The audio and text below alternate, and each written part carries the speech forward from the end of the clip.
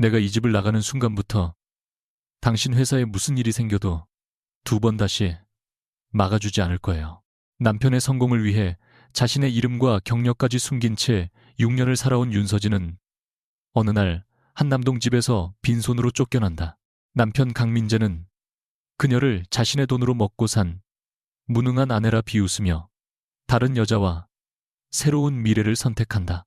그러나 서진이 마지막으로 남긴 경고가 무엇을 뜻하는지 아는 사람은 아무도 없다. 그날 밤 6년 전 법조계에서 흔적도 없이 사라졌던 전설적인 변호사가 다시 서울의 가장 높은 법률사무소 문을 연다.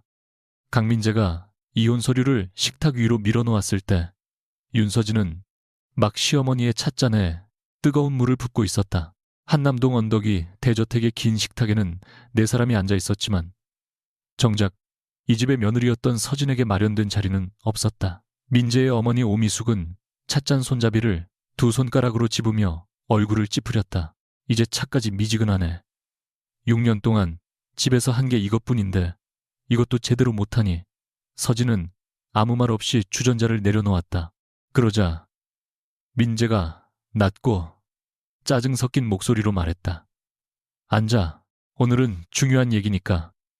서진이 맞은편 빈 의자에 앉자 미숙이 곧바로 코웃음을 쳤다. 중요한 얘기들을 자격은 있나 모르겠지만 민재 옆에는 차혜린이 앉아 있었다.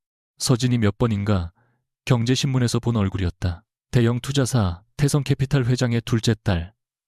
그리고 지난 3달 동안 민재가 밤늦게까지 이어진다는 사업 미팅에서 계속 만나온 여자. 혜린은 서진과 눈이 마주치자 피하지도 미안한 기색을 보이지도 않았다. 오히려 검은 가죽 서류철을 열어 민재 쪽으로 돌려놓으며 담담하게 말했다. 대표님이 직접 말씀하세요. 어차피 오늘 정리할 거잖아요. 서진은 그 말에 민재를 바라봤다. 민재는 잠깐 시선을 피했다가 이내 턱을 들었다. 우리 이혼하자. 놀라울 만큼 건조한 목소리였다. 서진이 대답하지 않자 그는 다시 말했다. 재산 분할은 서로 안 하는 조건이야. 네가 이 집에 들어올 때 가져온 것도 없었고 회사 일에 기여한 것도 없으니까 문제 없잖아. 미숙이 혀를 차며 끼어들었다. 문제가 왜 있어? 6년 동안 먹여주고 입혀줬으면 오히려 우리가 받을 게 있지. 서진은 여전히 조용했다. 민재의 표정이 굳었다. 뭐라도 말해. 그제야 서진이 물었다. 이미 결정한 거야. 민재가 짧게 답했다. 그래, 차혜린 씨와 결혼하려고. 이번에는 혜린이 대답했다. 그 질문은 지금 중요하지 않은 것 같은데요. 서진은 희미하게 웃었다. 나한테는 중요해요. 내가 6년 동안 살았던 결혼이 끝나는 이유 정도는 알고 나가야 하니까. 민재는 그 웃음이 이상하게 거슬렸다. 울지도 않고 목소리를 높이지도 않는 서진의 태도가 마치 자신을 심판하는 것처럼 느껴졌기 때문이다. 그는 의자를 뒤로 밀며 신경질적으로 팔짱을 꼈다. 그래, 혜린 씨와 미래를 생각하고 있어. 그런데 네가 생각하는 것처럼 단순한 문제가 아니야. 명성테크는 다음 달에 창립 이후 가장 큰 계약을 앞두고 있고 태성캐피탈과 협력하면 회사 규모가 완전히 달라져. 이제 내 옆에는 내 수준에 맞는 사람이 필요해. 마지막 문장이 떨어지는 순간 미숙의 입가에 만족스러운 미소가 번졌다. 혜린만은 약간 눈썹을 움직였지만 아무 말도 하지 않았다. 서진은 민재의 얼굴을 오래 바라봤다. 10년 전 작은 공유 사무실에서 밤새 사업계획서를 고치며 컵라면 하나를 나눠 먹던 남자와 지금 자신 앞에 앉아있는 남자가 정말 같은 사람인지 확인하려는 듯했다. 당시 민재는 성공하면 가장 먼저 무엇을 하고 싶으냐는 질문에 큰 집도 좋은 차도 아니라고 했다. 자신을 무시했던 사람들에게 인정받고 싶다고 했다. 서진은 그때 그의 상처가 안쓰러웠다.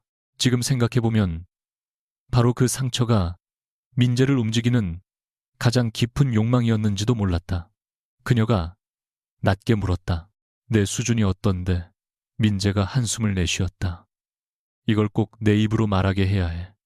오늘이 마지막이라면 듣고 싶네. 민재는 잠시 망설이다가 결국 말했다. 넌 지난 6년 동안 아무것도 안 했어. 직업도 없고 사회생활도 없고 내가 만나는 사람들 앞에 데리고 나갈 만한 경력도 없어. 솔직히 말하면 집안일 해주는 사람 이상으로 느껴진 적이 언제였는지도 모르겠어. 그 말을 들은 순간 서진의 손가락이 아주 천천히 굳었다. 그러나 그녀가 내려다본 것은 자신의 손이 아니라 민지 앞에 놓인 검은 서류철이었다. 상단 모서리에 찍힌 작은 기호 하나. 6해 전 그녀가 직접 검토했던 초기 투자계약 문서에서 사용했던 분류 표시와 똑같았다. 미숙은 서진의 침묵을 패배로 받아들였다. 그녀는 자리에서 일어나 거실 쪽을 향해 손짓했다. 그곳에는 서진의 짐이라고 하기에도 민망할 만큼 작은 여행 가방 하나가 놓여 있었다. 내 옷은 내가 사람 시켜서 정리했어. 명품 가방하고 보석은 손대지 않았으니까 헛된 욕심 부리지 마. 그건 전부 우리 민재 돈으로 산 거야. 서진이 가방을 바라봤다. 자신이 직접 산 물건들도 적지 않았지만 굳이 설명할 생각은 없었다. 결혼 초기 민재의 사업이 가장 어려웠던 시기에는 그녀가 가지고 있던 시계와 장신구 몇 개를 팔아 생활비를 댔다. 민재는 그것조차 알지 못했다. 그는 그 시절을 자신이 근성 하나로 버텼다고 기억했다. 어쩌면 서진 자신이 그렇게 기억하도록 내버려 둔 것이었다. 그녀는 항상 누군가를 구해주면서도 자신이 손을 내밀었다는 사실을 숨겼다. 상대가 상처받을까봐, 자존심이 무너질까봐, 자신을 부담스러워할까봐. 그렇게 10년을 살다 보니 이제 민재는 그녀가 한 일이 정말 아무것도 없었다고 믿게 됐다. 서진은 천천히 이혼 서류를 자신 쪽으로 당겼다. 합의 내용은 간단했다. 각자 명의의 재산은 각자 보유하고 추가적인 금전 요구를 하지 않는다. 예상했던 문구였다. 그러나 서진의 시선은 두 번째 장 아래쪽에서 멈췄다. 명성테크와 관련된 직접적인 권리나 경영 참여를 주장하지 않는다는 조항이 별도로 추가돼 있었다. 그녀가 종이를 손끝으로 두드리며 물었다. 이 조항은 누가 넣었어? 민재가 대수롭지 않게 대답했다. 그는 회사 법무팀. 나중에 네가 엉뚱한 소리 할까봐 엉뚱한 소리 회사 세울 때 내 옆에 있었다는 이유로 기여했다고 주장하는 여자들도 많다더라. 서진은 한동안 아무 말도 하지 않았다. 그리고 웃었다. 아주 짧고 씁쓸한 웃음이었다. 그래, 그런 사람도 있겠네. 서진은 서류에 바로 서명하지 않았다. 대신 가방을 열어 맨 아래 들어있던 작은 나무 상자를 꺼냈다. 미숙이 못마땅한 표정으로 쳐다봤고 민재는 처음 보는 물건이라는 듯 눈을 좁혔다. 상자 안에는 오래된 검은색 만년필 한 자루가 있었다. 이 섬은 퍼진한 금속 부분에는 여러 해 사용한 흔적이 남아 있었지만 서진은 그것을 손에 쥐는 순간 놀라울 만큼 익숙하게 뚜껑을 열었다. 6해 동안 한 번도 공식 문서에 사용하지 않았던 펜이었다. 그녀가 마지막으로 이 펜을 사용한 것은 명성테크가 법인 등록을 마치기 직전이었다. 당시 민재는 사무실 보증금을 마련하지 못해 지하철역 앞 카페를 회의실처럼 사용했고 서진은 밤을 새워 수십 장의 계약서를 다시 썼다. 투자자가 회사를 가져갈 수 없도록 보호조항을 넣었고 핵심 기술의 권리가 운영자의 무모한 판단 하나로 넘어가지 않도록 별도의 장치를 만들었다.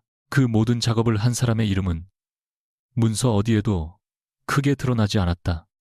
민재가 자신의 힘으로 일어섰다는 자신감을 갖기를 바랐기 때문이다. 서진은 마지막 장에 자신의 이름을 또박또박 적었다. 윤서진. 그 세 글자를 쓰는 동안 오래전 법원에서 판결문을 기다리던 때와 비슷한 감각이 손끝을 스쳤다. 민재가 서류를 낚아채듯 가져가며 말했다. 생각보다 쉽게 끝내네.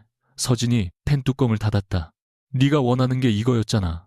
나중에 후회하면서 연락하지 마. 그럴 일 없어. 그리고 명성테크 근처에도 오지 마. 괜히 예전부터 도왔다느니 이상한 말 흘리면 가만히 있지 않을 거야. 그 순간 서진이 처음으로 민재의 눈을 정면으로 바라봤다. 정말 내가 회사 일에 관여하지 않기를 원하는 거야. 민재의 표정에 어이없다는 기색이 떠올랐다. 당연하지.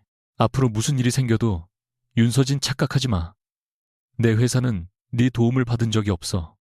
그 대답 뒤에는 이상할 만큼 긴 침묵이 흘렀다. 혜린이 처음으로 서진의 얼굴을 자세히 살폈다. 방금 전까지 조용히 쫓겨나는 평범한 전업주부라고 생각했던 여자의 눈에서 순간적으로 전혀 다른 빛이 지나갔기 때문이다. 분노도 슬픔도 아니었다. 어떤 결론에 도달한 사람만이 가질 수 있는 차가운 확신이었다. 그러나 민재와 미숙은 그것을 알아채지 못했다. 미숙은 현관 쪽으로 걸어가 직접 문을 열었다. 그럼 이제 나가. 기사라도 불러줄까 했는데 네가 타던 차도 우리 집 명이니까 두고 가야 한다. 서진은 자신의 작은 여행 가방을 끌었다. 현관 옆 신발장에는 그녀가 민재의 출근 때마다 정리해두었던 구두가 줄지어 있었다. 식탁 위에는 내일 아침 미숙이 먹으려고 미리 주문해둔 건강식품이 있었고, 냉장고 안에는 민재가 위가 아프다며 찾던 죽재료가 준비돼 있었다. 불과 1시간 전까지만 해도 서진은 내일도 똑같은 아침을 맞을 거라고 생각했다.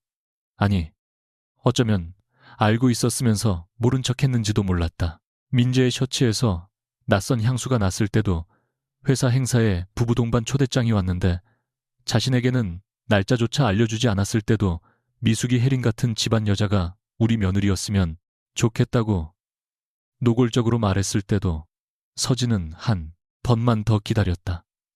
사랑했던 사람이 돌아오기를 기다린 것이 아니라 자신이 사랑했던 사람에 대한 기억이 틀리지 않았다는 증거를 기다렸다.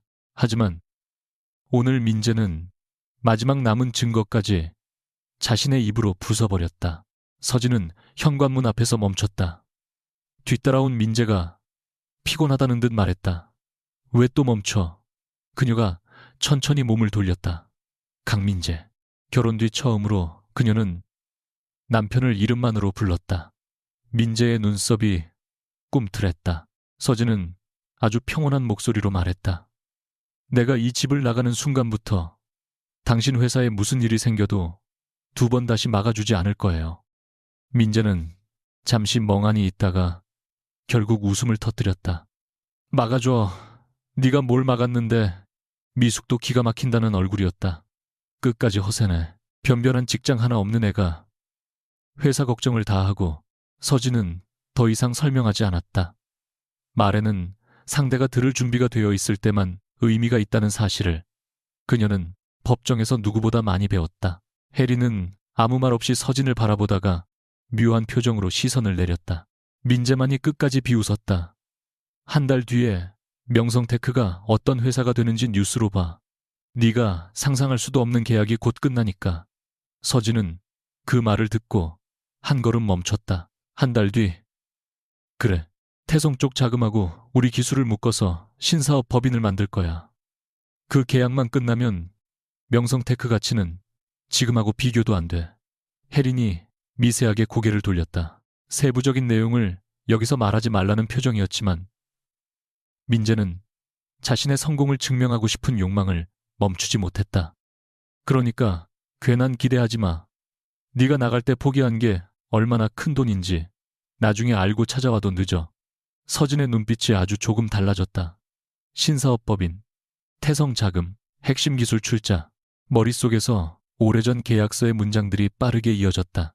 설립 당시 투자자가 요구했던 공격적인 담보 조건, 그것을 막기 위해 자신이 넣었던 제한 조항, 그리고 핵심 자산을 일정 규모 이상 외부 사업에 제공할 경우 사전 동의를 받도록 했던 안전장치.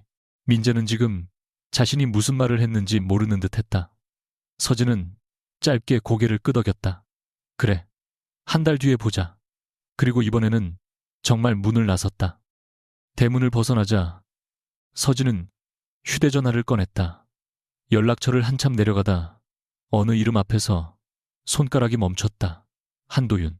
번호를 지우지 않은 것이 이상했다. 6년 동안 한 번도 전화를 건 적도 받은 적도 없었지만 삭제할 수도 없었다. 그 남자는 서진이 법조계를 떠나기 전 마지막으로 다퉜던 사람이었다. 대한민국에서 손꼽히는 기업 분쟁 전문 변호사였고 서진이 29살 때 처음으로 완벽하게 패배를 인정하게 만든 상대였다. 둘은 법정에서는 경쟁자였고 사무실 밖에서는 누구보다 정확하게 서로의 약점을 찌르는 사이였다. 서진이 민재와 결혼하며 일을 그만두겠다고 했을 때 도윤은 축하 대신 차갑게 말했다. 당신이 원하는 게 가족인지 도피인지부터 구분해. 그 말에 서진은 크게 화를 냈다. 사랑을 모르는 사람이 자신의 선택을 모욕한다고 생각했다. 마지막으로 만난 날 도윤은 그녀가 돌려준 사건 자료를 받아들고 말했다. 사랑 때문에 일을 그만두는 건 당신 선택이야. 하지만 사랑받기 위해 윤서진이라는 사람 자체를 없애지는 마. 서진은 그날 대답하지 않았다. 그리고 정말로 윤서진이라는 사람의 많은 부분을 없애버렸다. 휴대전화 화면 속 이름을 바라보던 그녀는 결국 통화 버튼을 누르지 않았다. 대신 택시를 잡아탔다. 기사가 목적지를 묻자 서진은 잠깐 창밖을 바라봤다. 서울의 밤거리가 유리창 너머로 빠르게 흐르고 있었다. 광화문으로 가주세요. LNJ 글로벌 빌딩이요. 밤 11시가 가까운 시간이었지만 LNJ 글로벌 서울 사무소의 상층부에는 여전히 불이 켜져 있었다. 보안 직원은 낡은 코트에 작은 여행 가방을 끌고 들어온 서진을 보고 방문 목적을 물었다. 그녀가 이름을 말하자 직원은 잠시 컴퓨터 화면을 확인하다가 당황한 표정으로 다시 얼굴을 올려다봤다. 윤서진 변호사님이십니까? 6년 만에 들은 호칭이었다. 그 한마디가 이상하게 가슴 깊은 곳을 건드렸다. 서진은 잠깐 숨을 고른 뒤 말했다. 지금은 변호사라고 불릴 자격이 있는지 모르겠네요. 직원은 급히 어딘가로 전화를 걸었다. 10분도 지나지 않아 전용 엘리베이터 문이 열리고 회색 셔츠 차림의 남자가 걸어 나왔다. 한도윤은 기억보다 조금 더 마르고 날카로워져 있었지만 서진을 보는 눈만큼은 달라지지 않았다. 놀란 기색은 아주 짧았다. 그는 서진의 여행 가방 손에 쥔 나무 상자 그리고 왼손 약지에 반지가 없다는 사실을 순서대로 확인했다.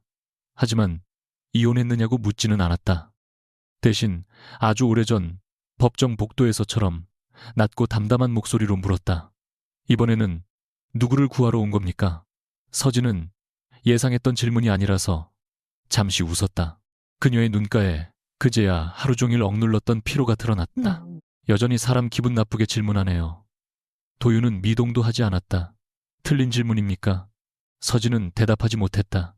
민재를 만난 뒤 그녀는 늘 누군가를 구하려 했다.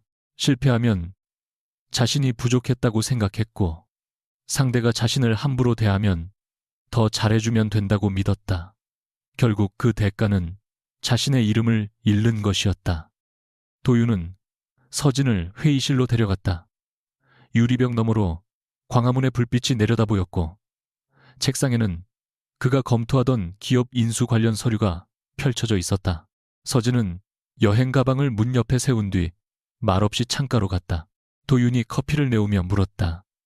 6년 동안 연락 한 번 없던 사람이 자정 가까운 시간에 여행 가방을 들고 사무실로 찾아왔습니다. 보통은 설명부터 하는 게 순서 아닌가요? 서진은 커피를 받지 않았다.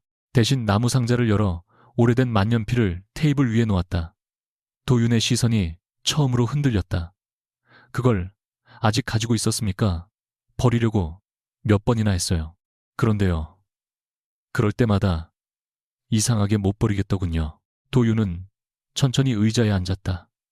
그 펜은 과거 서진이 첫 대형 기업 소송에서 승소한 날 그가 건넨 것이었다. 축하 선물이 아니라 다시는 증거번호를 틀리지 말라는 비아냥과 함께 건넨 값싼 만년필이었다. 그런데 서진은 그 뒤 가장 중요한 계약과 준비 서면에 늘 그 펜을 사용했다. 도윤이 물었다. 강민재와 무슨 일이 있었습니까? 서진은 이번에는 피하지 않았다. 오늘 이혼했어요. 도윤의 손가락이 커피잔에서 멈췄다. 그러나 그는 위로나 동정의 말을 꺼내지 않았다. 그래서 돌아온 겁니까? 아니요. 서진의 대답은 예상보다 빨랐다. 이혼해서 돌아온 게 아니에요. 오늘 처음 알았어요. 내가 그 집에서 쫓겨난 게 아니라 이미 오래전에 내 인생에서 나 자신을 쫓아냈다는 걸. 잠시 뒤 서진은 자신의 가방에서 종이 한 장을 꺼냈다. 이혼 서류의 사본이었다. 도윤은 몇 줄을 읽다가 표정이 굳었다. 그의 시선이 명성테크 관련 권리 포기 조항에 멈췄다. 이걸 민재 쪽 법무팀이 넣었습니까? 그렇다고 하더군요. 당신이 누군지 모르는 변호사가 작성했겠군요. 서진은 씁쓸하게 웃었다. 강민재도 내가 누군지 모르는데요. 뭘? 도윤은 서류를 내려놓았다. 정확히 원하는 게 뭡니까? 그 질문 앞에서 서진은 잠시 입을 다물었다. 민재를 망하게 하고 싶다고 말한다면 쉬웠을 것이다. 회사를 빼앗고 싶다고 말해도 됐다. 자신을 모욕한 사람들에게 무릎을 꿇게 하고 싶다고 말하면 도윤은 적어도 이해는 했을 것이다. 하지만 그것은 지금 서진이 원하는 것과 조금 달랐다. 그녀는 한참 뒤 낮게 말했다. 명성테크 설립 당시 제가 작성했던 원본 계약 구조가 LNJ 기록보관소에 남아있죠. 도윤의 눈빛이 날카로워졌다. 남아있습니다. 초기 투자자 측 자산관리 법인의 법률 대리도 아직 여기서 하고 있고요. 그렇습니다. 그럼 전부 보고 싶어요. 6년 동안 변경된 계약 담보 구조, 지식재산권 사용 조건, 외부 투자 관련 수정안까지. 도윤은 그녀를 오래 바라봤다. 강민재를 공격하려고요. 서진은 고개를 저었다. 아니요. 확인하려고요. 뭘 말입니까? 서진은 식탁에서 민재가 했던 말을 떠올렸다. 한 달 뒤 회사의 가치가 완전히 달라질 거라는 그 자신만만한 목소리, 그리고 자신이 오래전 넣어두었던 단 하나의 안전장치. 그녀가 천천히 대답했다. 내가 손을 놓으면 그 사람이 어디까지 떨어지는지. 도윤은 바로 자료를 내어주지 않았다. 대신 서진 앞에 앉아 한동안 아무 말도 하지 않았다. 그것이 오히려 그녀를 불편하게 했다. 예전의 한도윤이라면 당장 사건의 약점을 지적하고 이해 충돌 가능성을 들이밀며 감정에 휘둘리고 있다고 날카롭게 비판했을 것이다. 그러나 그는 이번에는 서진이 먼저 말을 이어가기를 기다렸다. 결국 서진이 물었다. 왜 아무 말도 안 해요? 도윤이 대답했다. 6년 전에는 내가 너무 많이 말했습니다. 이제 와서 후회해요. 후회하는 건 말한 내용이 아닙니다. 말하는 방식이었죠. 서진은 뜻밖이라는 듯 그를 바라봤다. 도윤은 시선을 피하지 않았다. 당신이 잘못된 선택을 하고 있다는 걸 알면 가장 정확한 말을 던지는 게 돕는 거라고 생각했습니다. 결과적으로 당신은 내 말을 경고가 아니라 모욕으로 들었고요. 서진의 입가에 아주 희미한 웃음이 스쳤다. 정말 많이 변했네요. 당신도요. 난 망가진 거고요. 도윤이 즉시 고개를 저었다. 그 판단은 내가 하지 않겠습니다. 그 말이 서진의 가슴을 이상하게 울렸다. 6해 동안 주변 사람들은 끊임없이 그녀가 어떤 사람인지 규정했다. 좋은 아내, 부족한 며느리, 사회생활을 모르는 여자 남편 덕에 편하게 사는 사람. 처음으로 누군가가 그녀에 대한 판단을 그녀 자신에게 돌려주고 있었다. 서진은 천천히 만년필을 집어들었다. 그리고 말했다. 이번에는 아무도 구하러 온 게 아니에요. 도윤의 눈이 그녀에게 머물렀다. 서진은 흔들림 없이 말을 이었다. 이번에는 저를 되찾으러 왔어요.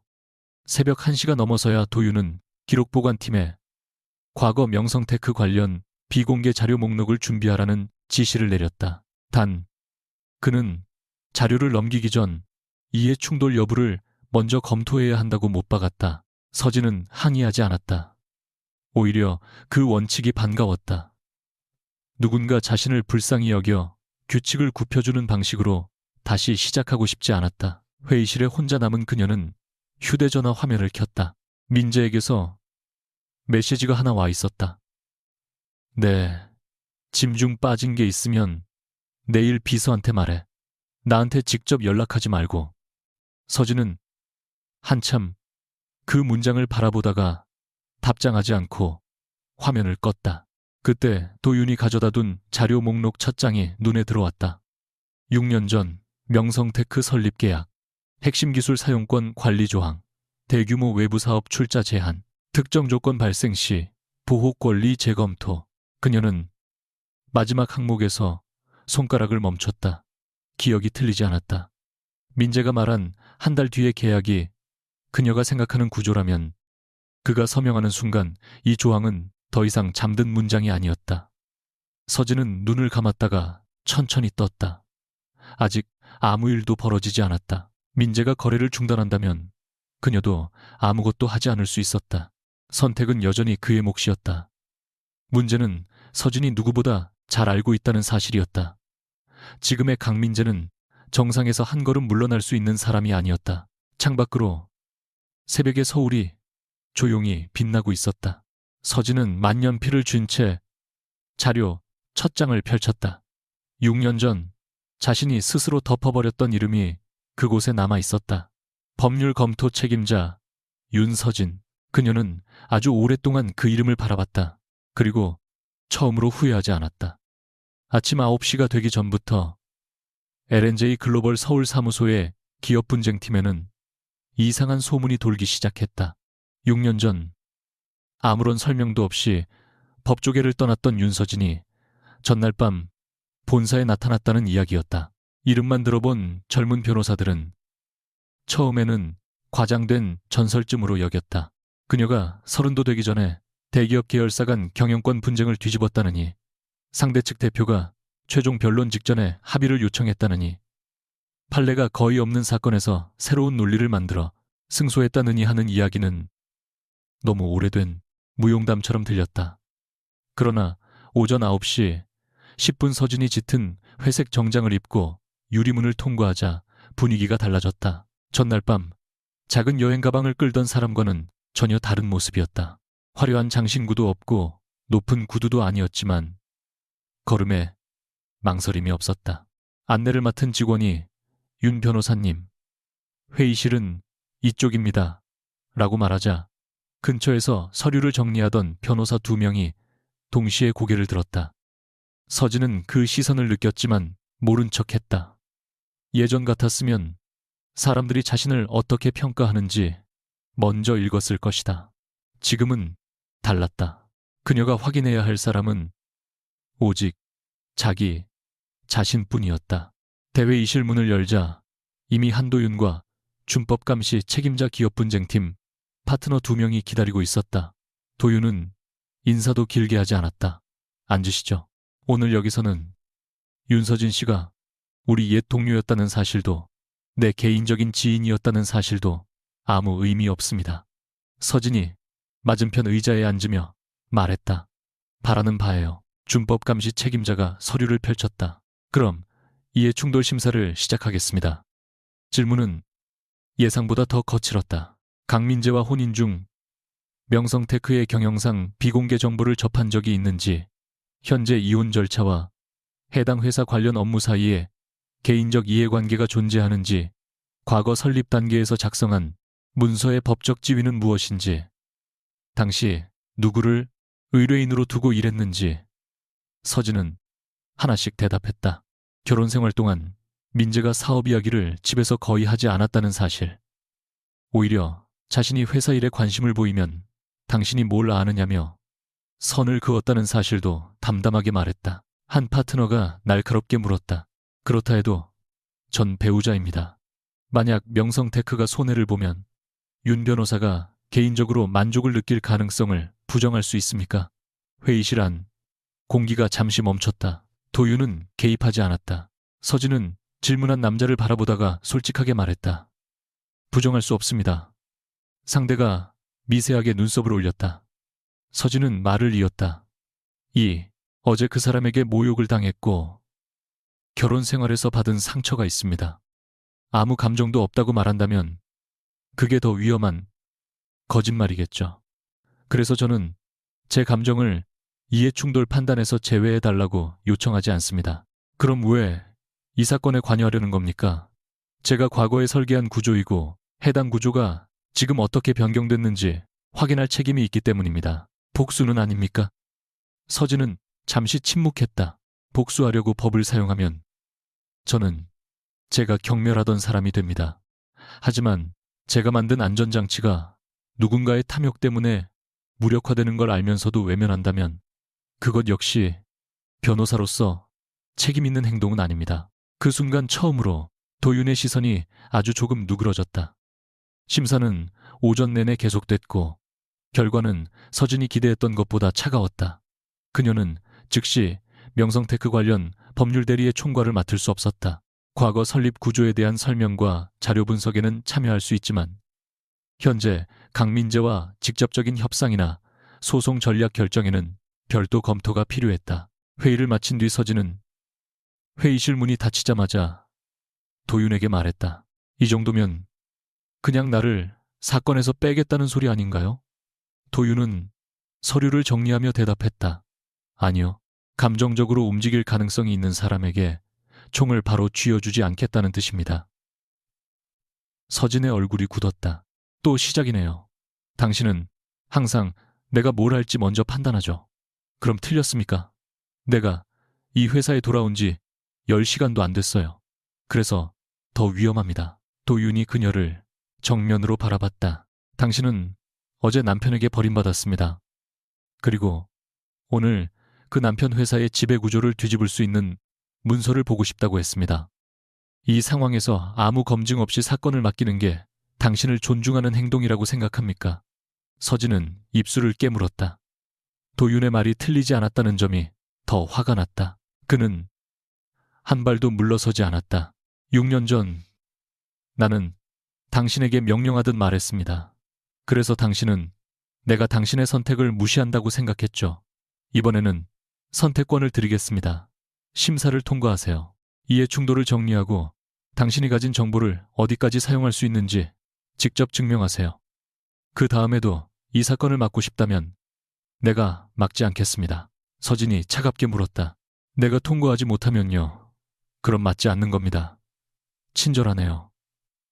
윤서진이라는 이름을 다시 법정에 올릴 거라면 첫 사건부터 흠집을 남기지 말자는 겁니다. 같은 시각 판교 명성테크 본사에서는 강민재가 전혀 다른 종류의 회의를 하고 있었다. 대회의실 전면 스크린에는 신사업 법인의 예상 기업 가치가 크게 떠 있었고 민재는 숫자를 바라볼 때마다 입가의 만족을 숨기지 못했다. 태성캐피탈이 대규모 자금을 투입하고 명성테크가 핵심 기술과 일부 특허 사용권을 제공하면 단숨에 시장 지배력을 확대할 수 있다는 계획이었다. 재무 담당 임원이 조심스럽게 말했다. 대표님 조건 중 몇 가지는 조금 더 검토하는 편이 좋겠습니다. 특히 기술권 출자 범위와 추가 담보 부분은 기존 계약과 충돌 가능성이 있어서요. 민재는 노골적으로 얼굴을 찌푸렸다. 그 기존 계약이라는 게 몇 년 전 투자받을 때 만든 구식 문서 말하는 겁니까? 예. 당시 외부 법무대리인이 넣은 제한 조항이 남아 있습니다. 그동안 아무 문제 없었잖아요. 지금까지는 거래 규모가 기준 이하였습니다. 옆에 앉아있던 차혜린이 서류를 넘기며 말했다. 우리가 원하는 규모로 가려면 어느 정도 위험은 감수해야 해요. 아버지도 이번 건은 시간을 오래 끌 생각이 없어요. 민재는 그녀의 말에 즉시 태도를 바꿨다. 맞습니다. 시장은 기다려주지 않죠. 재무담당 임원이 다시 입을 열었다. 그래도 초기 계약서 원본을 다시 검토한 뒤 최종 서명하시는 게 안전합니다. 민재가 볼펜을 내려놓으며 냉소했다. 내가 회사를 몇 년 운영했는데 아직도 설립 초기 계약서에 발목 잡혀야 합니까? 그때는 돈이 없어서 투자자들이 하라는 대로 한 거고 지금은 상황이 다르잖아요. 혜리는 그를 바라보다가 조용히 말했다. 자신감은 좋은데 확인은 해요. 우리 집 돈도 들어가는 일이니까. 민재는 순간 자존심이 상했지만 웃으며 넘겼다. 걱정하지 마세요. 명성테크 구조는 내가 누구보다 잘 압니다. 그 말에 재무담당 임원의 표정이 미묘하게 굳었다. 오후가 되자 서진은 기록보관실 한쪽 자리에서 6년치 계약 목록을 펼쳐놓고 있었다. 직접 원본을 열람할 수 있는 범위는 제한돼 있었지만 메타데이터와 수정 이력만으로도 충분히 흐름을 읽을 수 있었다. 명성테크 설립 당시 투자자 측 자산관리법인은 핵심 기술 관련 권리를 별도 구조로 보유했고 운영회사는 이를 장기간 독점적으로 사용하는 방식이었다. 당시 민재에게는 불리해 보일 수 있는 구조였지만 실제 목적은 반대였다. 사업 초기 투자자가 지분을 압박하거나 경영진이 무모한 거래로 기술을 잃는 상황을 동시에 방지하기 위한 이중장치였다. 서진은 그 문서를 누구보다 잘 기억했다. 당시 민재가 내가 성공하면 이 계약부터 없애버릴 거야 라고 농담했을 때 그녀는 웃으며 그 전에 계약서를 제대로 읽는 습관부터 들여 라고 대답했다. 시간이 지나면서 일부 조항은 수정됐지만 핵심 제안서는 남아 있었다. 그리고 더 흥미로운 것은 최근 석 달 동안 명성테크 측에서 해당 조항을 완화할 수 있는지 여러 차례 문의했다는 사실이었다.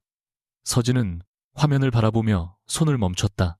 문의 담당자는 회사 내부 법무팀이었다. 누군가는 위험을 알고 있었다.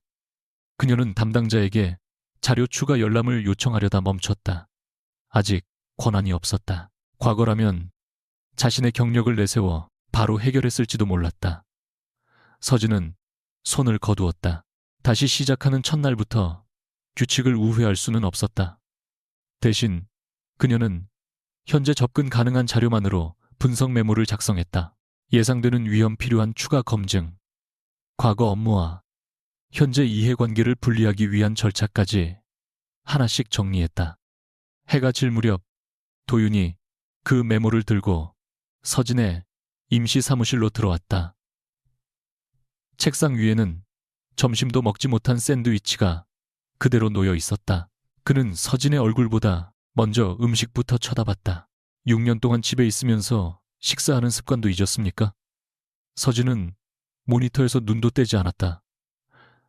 회사 다닐 때 당신이 할 말은 아니죠. 예전에는 커피가 세끼 식사였잖아요. 나는 건강검진에서 경고받고 고쳤습니다. 축하해요. 도윤이 맞은편 의자에 앉았다. 메모 읽었습니다. 서진의 손이 멈췄다. 어때요? 짜증날 정도로 좋습니다. 그게 칭찬이에요. 내 기준에서는 상당한 칭찬이죠. 서진이 처음으로 웃었다. 아주 짧은 웃음이었지만 도윤은 잠시 시선을 피했다. 그러고는 다시 진지하게 말했다.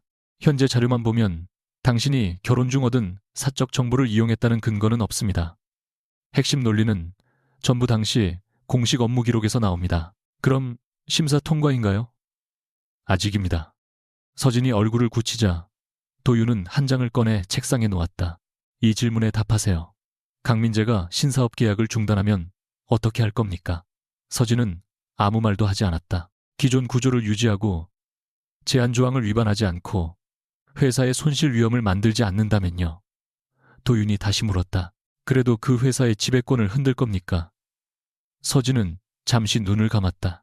전날 자신을 사람 취급하지 않던 민재의 얼굴이 떠올랐다. 미숙의 비웃음, 혜린의 차가운 눈빛도 따라왔다. 솔직히 말하면 한 번쯤 그들에게 자신이 누구였는지 보여주고 싶은 마음이 없지 않았다. 하지만 그 감정만으로 움직인다면 자신이 돌아온 이유가 사라졌다. 그녀는 천천히 말했다. 아무것도 하지 않을 거예요. 도윤이 그녀를 바라봤다. 확실합니까? 그 사람이 멈춘다면 저도 멈춥니다. 회사는 복수 대상이 아니니까요. 직원들도 있고 주주들도 있고 그들의 가족도 있어요. 그럼 강민재는요? 서진의 목소리가 낮아졌다. 강민재가 받아야 할 건 내가 정하는 벌이 아니라 자기가 한 선택의 결과예요.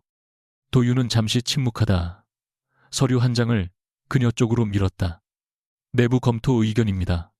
제한적으로 사건 분석팀에 합류하는 건 승인됐습니다. 서진의 눈이 흔들렸다. 언제 결정됐어요? 당신이 방금 대답하기 전까지는 조건부였습니다. 시험한 거예요. 확인한 겁니다. 서진은 한숨을 내쉬며 의자에 몸을 기대었다. 예전 같았으면 화를 냈을 것이다. 이번에는 이상하게도 분노보다 안도감이 먼저 들었다. 도윤이 물었다. 후회합니까? 뭘요?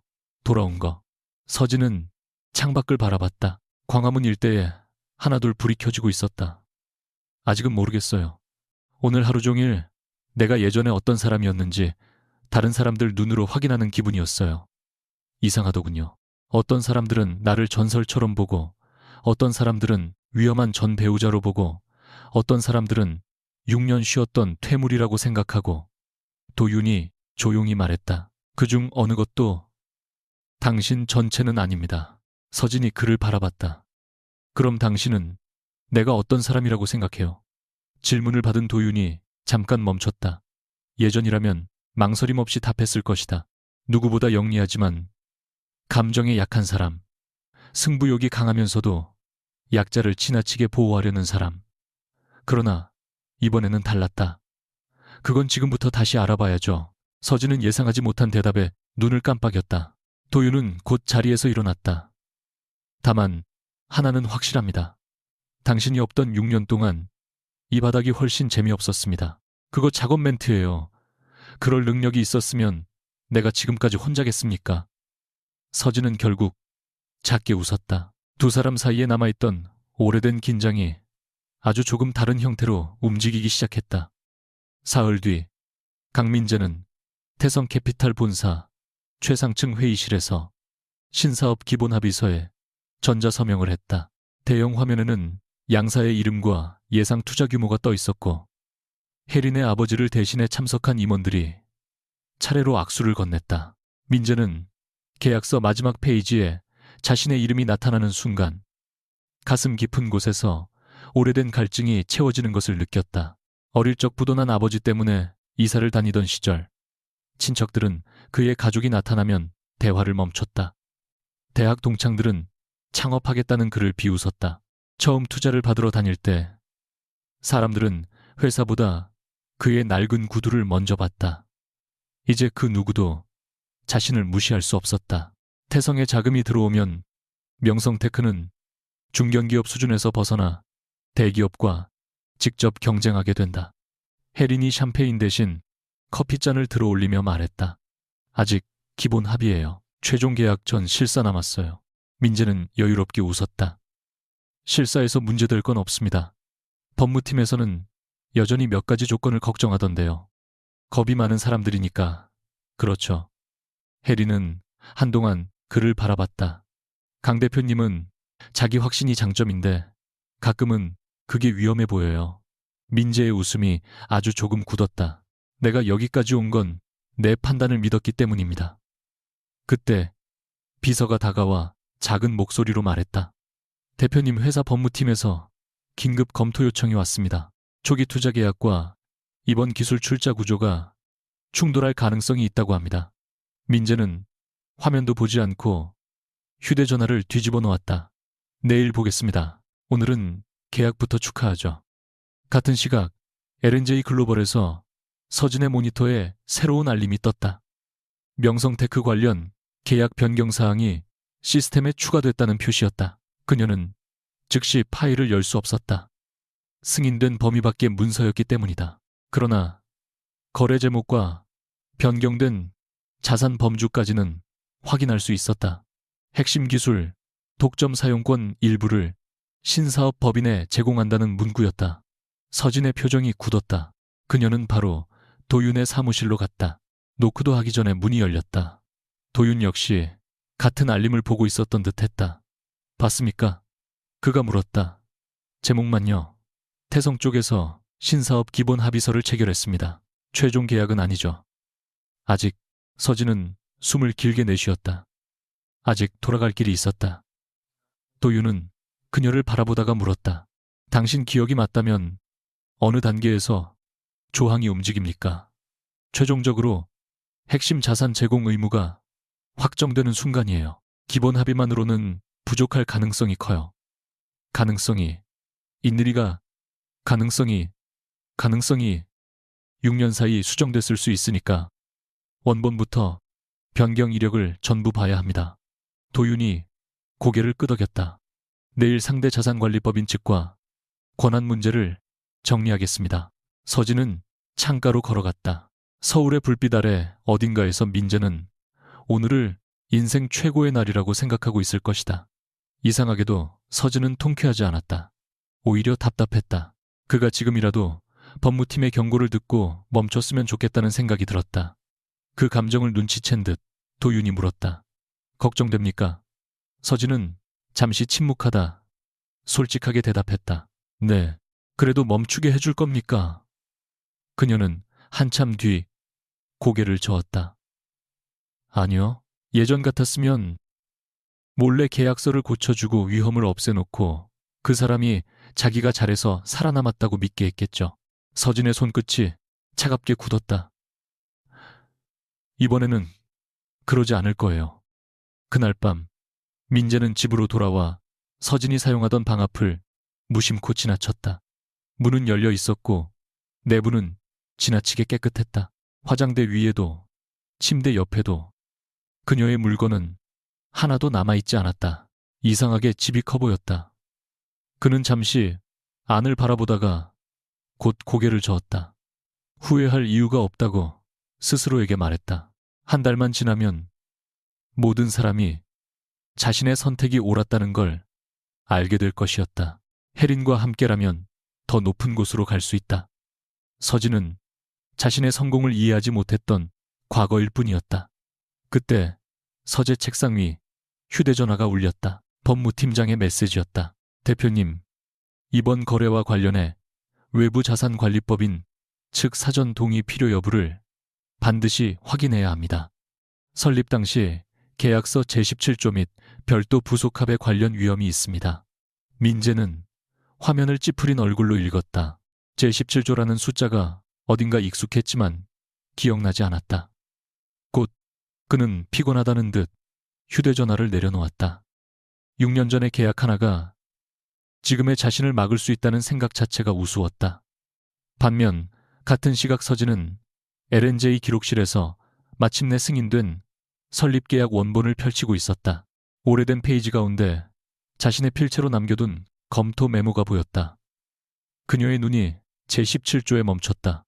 핵심 자산이 일정 범위를 넘어 외부 사업에 제공될 경우 보호권리 보유자는 전체 거래 구조를 재검토하고 필요하면 사용권 회수 절차를 개시할 수 있다는 문장이었다. 서진은 종이를 한동안 바라봤다. 도윤이 뒤에서 조용히 물었다.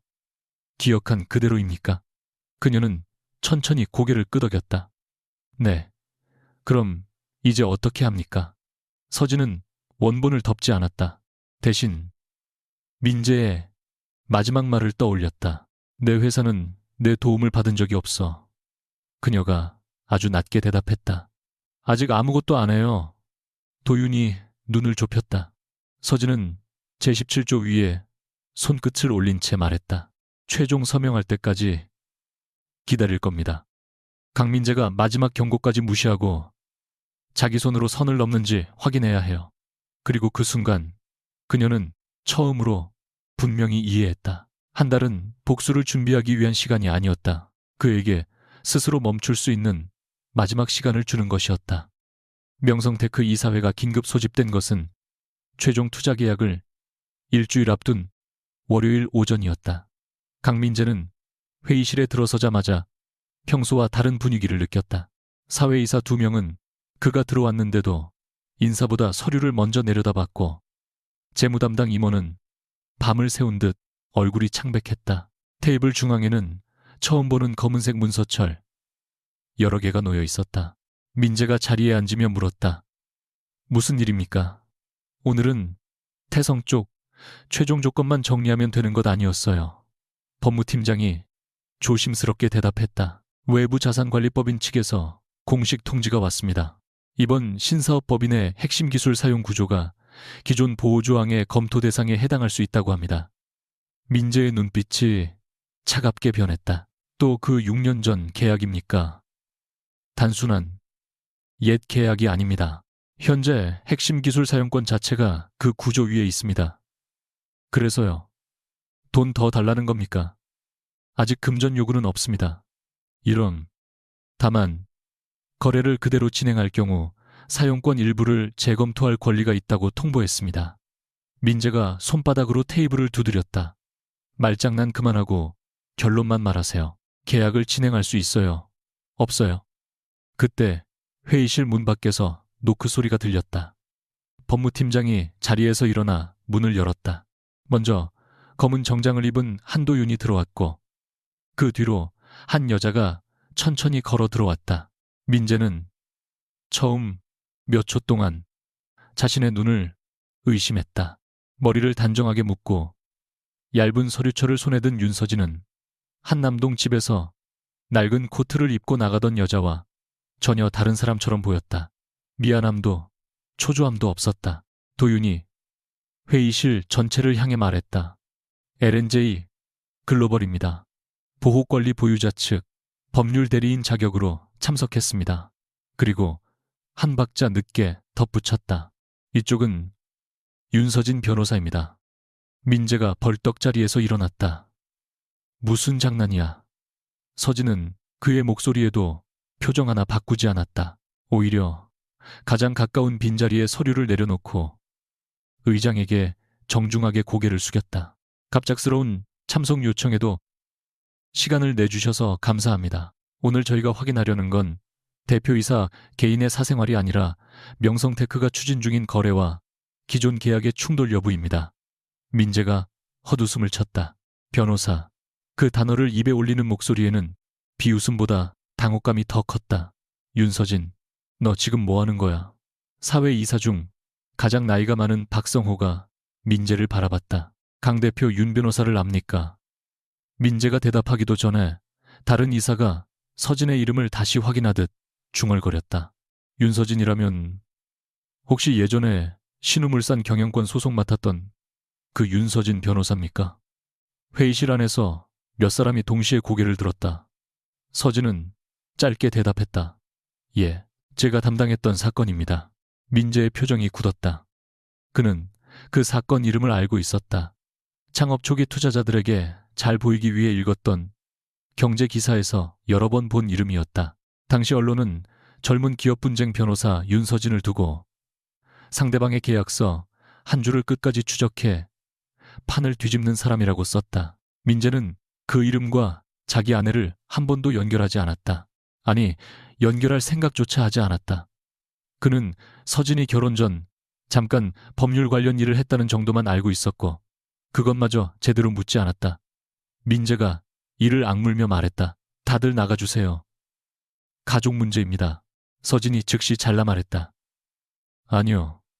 지금부터는 회사 문제입니다. 도윤은 서진 대신 설명하려 하지 않았다.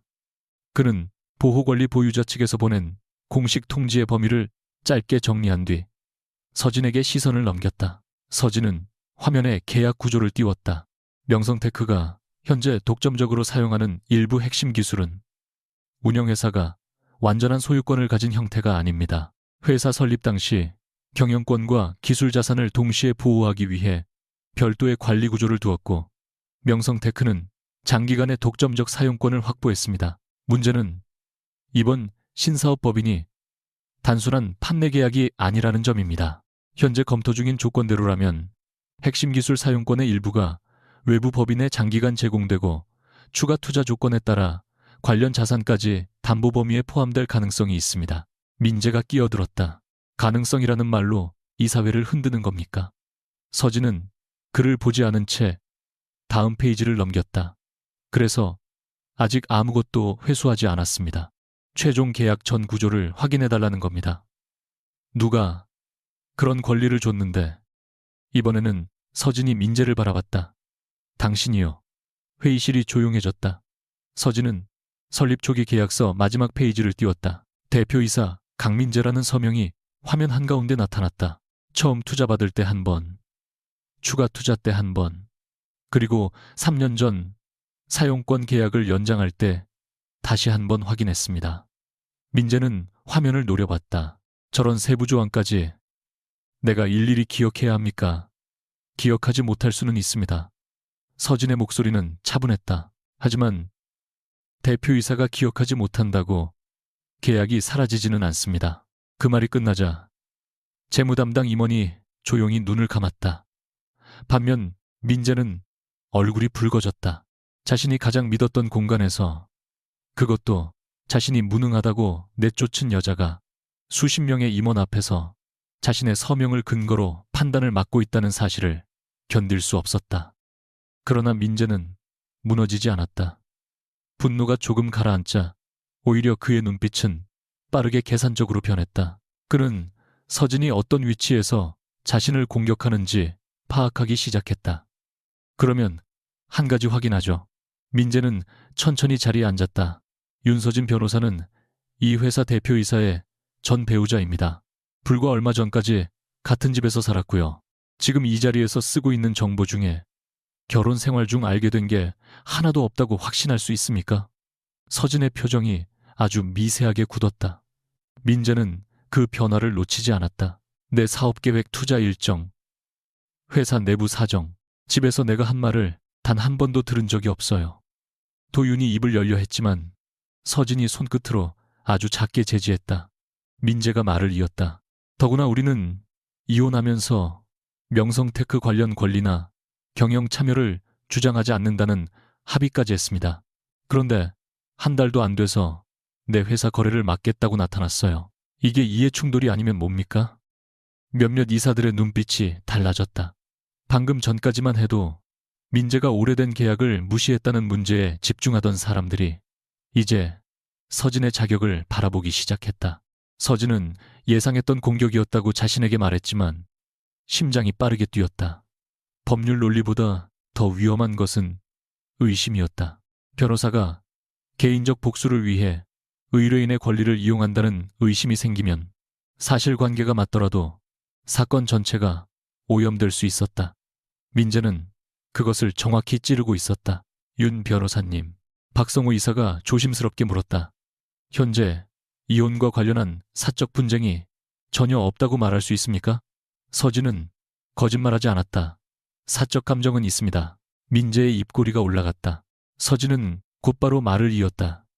그래서 제가 단독으로 의사결정을 하지 못하도록 내부 절차를 이미 적용받고 있습니다. 오늘 제 역할도 기존 문서 구조에 대한 설명으로 제한돼 있습니다. 민재는 비웃었다. 멋지게 준비했네. 처음부터 날 잡으려고 돌아온 거였어. 그날 오후 민재가 선임한 대형 로펌 세강의 공식 의견서가 LNJ로 도착했다. 예상보다 훨씬 빨랐다.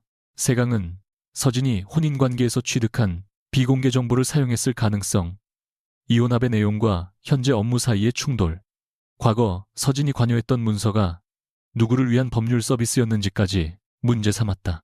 단순히 거래를 방어하는 수준이 아니었다.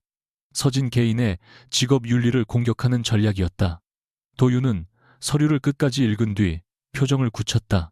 강민재가 생각보다 빨리 움직였습니다. 서진은 맞은편에서 아무 말 없이 같은 서류를 읽고 있었다. 특히 마지막 문장이 눈에 박혔다. 윤서진 변호사의 지속적인 관여가 확인될 경우 관련 기관의 이해 충돌 및 비밀 유지 의무 위반 여부에 대한 검토를 요청할 수 있다는 내용이었다. 실질적인 징계 절차가 바로 시작된다는 뜻은 아니었다. 하지만 6년 만에 돌아온 변호사에게 이런 의혹이 붙는 것만으로도 치명적이었다. 도윤이 말했다. 지금부터 명성테크 관련 모든 직접 연락에서 빠지세요. 서진이 고개를 들었다. 싫어요. 감정적으로 대답하지 마십시오. 감정적인 게 아니라 전략적으로 싫다는 겁니다. 내가 빠지면 저쪽은 이 문제를 내 개인적 복수로 규정하는 데 성공해요. 반대로 계속 전면에 서면 그 프레임을 더 강화할 수 있습니다. 그래서 당신이 대신할 건가요? 도윤이 대답하지 않았다. 서진은 그 침묵을 이해했다. LNJ 입장에서 가장 안전한 방법은 도윤이 사건의 얼굴이 되고 그녀가 뒤에서 자료만 설명하는 것이었다. 6년 전의 서진이었다면 그것을 모욕이라 생각했을 것이다. 결혼 후의 서진이었다면 누군가 자신 대신 위험을 감수하는 것을 순순히 받아들였을 것이다. 지금은 어느 쪽도 선택하고 싶지 않았다. 그날 저녁 두 사람의 말다툼은 빈 회의실에서 다시 시작됐다. 도윤은 책상 위에 세강의 의견서를 내려놓으며 말했다. 내가 전면에 서면 상대가 공격할 명분 하나가 사라집니다. 당신은 기록 검토와 사실관계 정리에 집중하면 됩니다. 서진이 차갑게 웃었다. 6년 전에도 똑같았어요. 당신은 늘 가장 합리적인 답을 알고 있다고 생각했죠. 지금도 그 답이 틀렸다고 생각하지 않습니다. 바로 그게 문제예요. 그럼 당신이 원하는 답은 뭡니까? 상처받았으니 위험해도 그냥 밀고 나가게 놔두는 것. 도윤의 목소리가 처음으로 높아졌다. 윤서진 상대는 이제 회사 거래만 방어하는 게 아닙니다. 당신 이름을 공격하고 있어요. 6년 동안 사라졌다 돌아온 첫 사건에서 직업윤리 논란이 생기면 당신이 잃는 게 뭔지 모릅니까? 서진 역시 물러서지 않았다. 알아요. 그래서 내가 결정해야 해요. 당신을 보호하려는 겁니다. 누가 부탁했어요. 그 말이 떨어지는 순간 도윤의 얼굴이 굳었다. 서진도 자신이 너무 날카롭게 말했다는 것을 알았지만 사과하지 않았다. 침묵 끝에 도윤이 낮게 말했다. 그래요. 부탁하지 않았죠. 그는 잠시 창밖을 바라보다가 다시 서진을 향했다. 내가 또 같은 실수를 했군요. 서진이 아무 말도 하지 않자 도윤은 한 걸음 물러섰다. 그러면 이렇게 합시다. 선택은 당신이 하세요. 다만 선택한 뒤 결과가 나쁘다고 해서 혼자 버티지는 마십시오. 서진의 눈빛이 흔들렸다. 도윤은 덧붙였다. 나는 당신 대신 싸우지는 않겠습니다.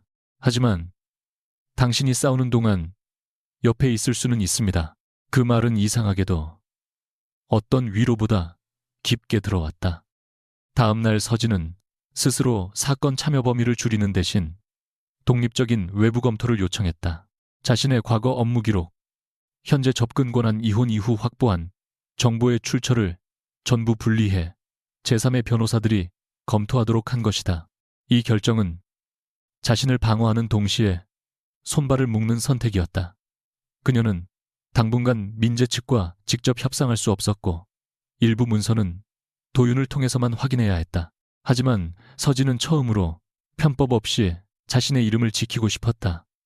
검토팀은 과거 LNJ 기록보관소에 남아있던 자료들을 하나씩 대조했다.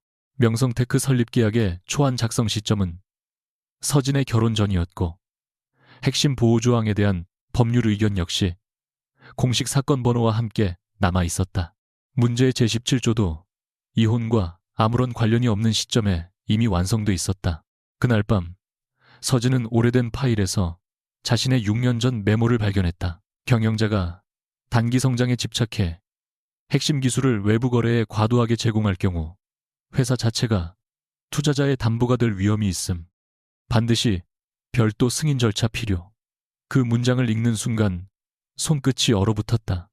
당시 자신이 가정한 최악의 상황을 지금 민재가 그대로 만들고 있었다. 우연이 아니었다.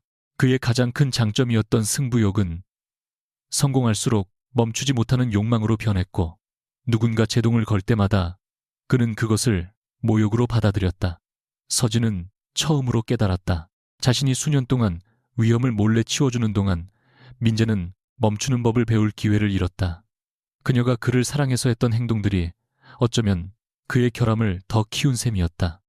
민재 역시 움직이고 있었다. 그는 세강의 변호사들과 별도 회의를 열어 서진의 사건 참여를 완전히 배제할 방법을 찾았다. 하지만 회의가 끝날 무렵 담당 변호사가 예상하지 못한 질문을 던졌다. 대표님, 혹시 윤서진 변호사가 과거 명성테크 설립에 어느 정도 관여했는지 정확히 아십니까? 민재가 불쾌한 표정을 지었다. 초기에 서류 몇 장 봐준 정도겠죠. 기록상으로는 그 이상일 가능성이 있습니다. 무슨 뜻입니까? 변호사는 조심스럽게 노트북을 돌려보였다. 초기 자산관리법인과 LNJ 사이의 업무 기록에 윤서진이라는 이름이 반복적으로 등장하고 있었다. 계약 구조, 검토, 핵심 기술 사용권, 설계, 투자 조건, 수정 의견. 민재는 화면을 보며 한동안 말을 잃었다. 그러다 곧 얼굴을 굳혔다. 그 여자가 다 했다는 겁니까? 그 정도로 단정할 수는 없습니다. 다만 상당한 역할을 한 건 맞아 보입니다. 민재는 갑자기 웃었다. 그럼 더 간단하네요. 자기가 만든 구조를 이용해서 지금 나를 공격하는 거잖아요. 변호사가 바로 대답하지 않았다. 그렇게 주장할 수는 있습니다. 하지만 당시 그 구조가 대표님과 회사를 보호하기 위한 것이었다면 이야기가 달라집니다. 민재의 표정이 얼어붙었다. 그는 그 말을 듣고 싶지 않았다. 성공의 시작점에 서진의 손이 있었다는 가능성 자체가 견딜 수 없었다. 그는 자리에서 일어나며 말했다. 그 여자는 내 도움 없이 아무것도 못했습니다. 그 사실만 기억하세요. 변호사는 더 이상 반박하지 않았지만 민재가 나간 뒤 화면 속 오래된 기록을 다시 바라봤다. 며칠 후 독립검토팀의 중간 결과가 나왔다. 서진이 현재 문제 삼는 핵심 조항은 모두 결혼 생활에서 얻은 비공개 정보가 아니라 과거 공식 업무 자료를 통해 확인 가능했고 해당 문서들은 적법한 권한 아래 보존돼 있었다. 그러나 위험이 완전히 사라진 것은 아니었다. 혼인 중 민재에게서 들었을 수 있는 투자 전략이나 내부 사정은 앞으로도 절대 사용해서는 안 됐다. 도윤은 결과를 설명한 뒤 물었다. 계속할 겁니까? 서진은 망설이지 않았다. 네. 직접 협상은 아직 안 됩니다. 알아요. 그리고 다음 단계에서 저쪽이 더 공격적으로 나올 가능성이 큽니다. 그것도 알아요. 도윤은 한숨을 쉬었다. 예전 윤서진 같네요. 서진이 고개를 저었다. 아니요. 예전에 나는 이길 수 있으면 위험을 무시했어요. 결혼 후에 나는 누군가 상처받을까봐 아무것도 하지 않았고요. 그녀는 검토 보고서를 덮었다. 이번에는 규칙 안에서 끝까지 가볼 거예요. 도윤이 아주 희미하게 웃었다. 그게 더 무섭군요. 그때 그의 휴대전화가 울렸다. 태성캐피탈과 명성테크가 최종 계약일을 이틀 앞당겼다는 소식이었다. 민재가 외부의 문제 제기가 거래를 흔들기 전에 서명을 끝내기로 결정한 것이다. 서진은 소식을 듣자 눈을 감았다. 결국 그가 선택한 것은 멈춤이 아니라 가속이었다. 최종 계약 전날 밤 서진은 LNJ 회의실에서 마지막 변경안을 검토하고 있었다. 이번에는 접근 권한이 완전히 정리돼 있어 도윤과 함께 합법적으로 문서를 볼 수 있었다. 태성 측은 명성테크의 핵심 기술 사용권을 신사업 법인에 장기간 제공받는 대신 대규모 투자를 집행하고 일정한 성과가 나오지 않을 경우 추가 담보를 요구할 수 있도록 조건을 강화했다. 서진은 그 문장을 읽고 천천히 펜을 내려놓았다. 이대로 서명하면 제17조가 움직여요. 도윤이 물었다. 확실합니까?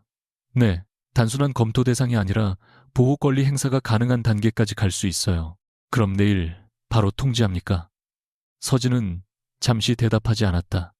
창문 너머 한강 쪽으로 이어지는 서울의 불빛을 바라보면서 민재와 함께 처음 회사를 만들던 밤이 떠올랐다.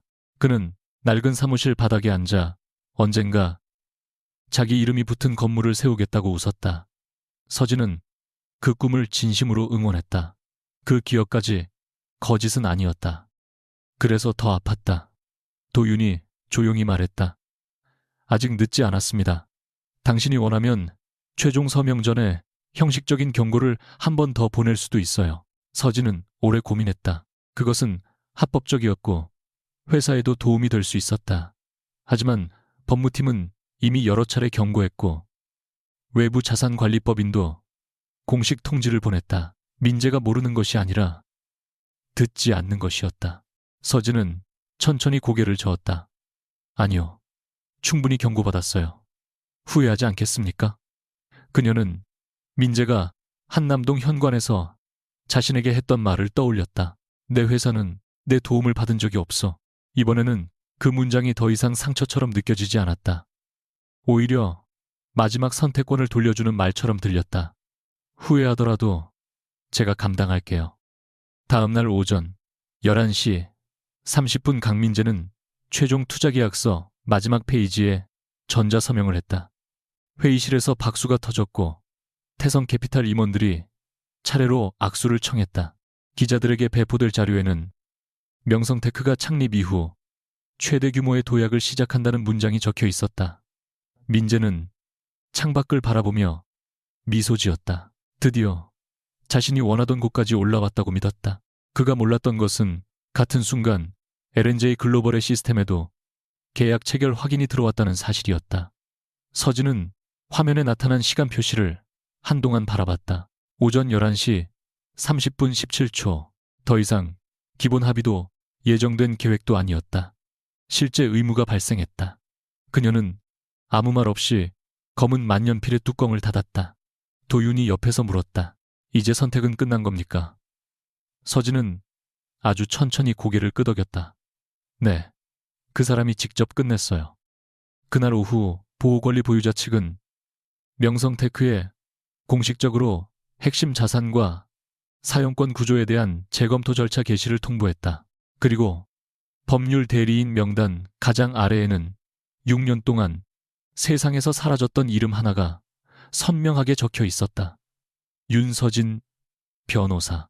통지를 받은 민재는 문서를 끝까지 읽지도 않고 찢어버리려 했다.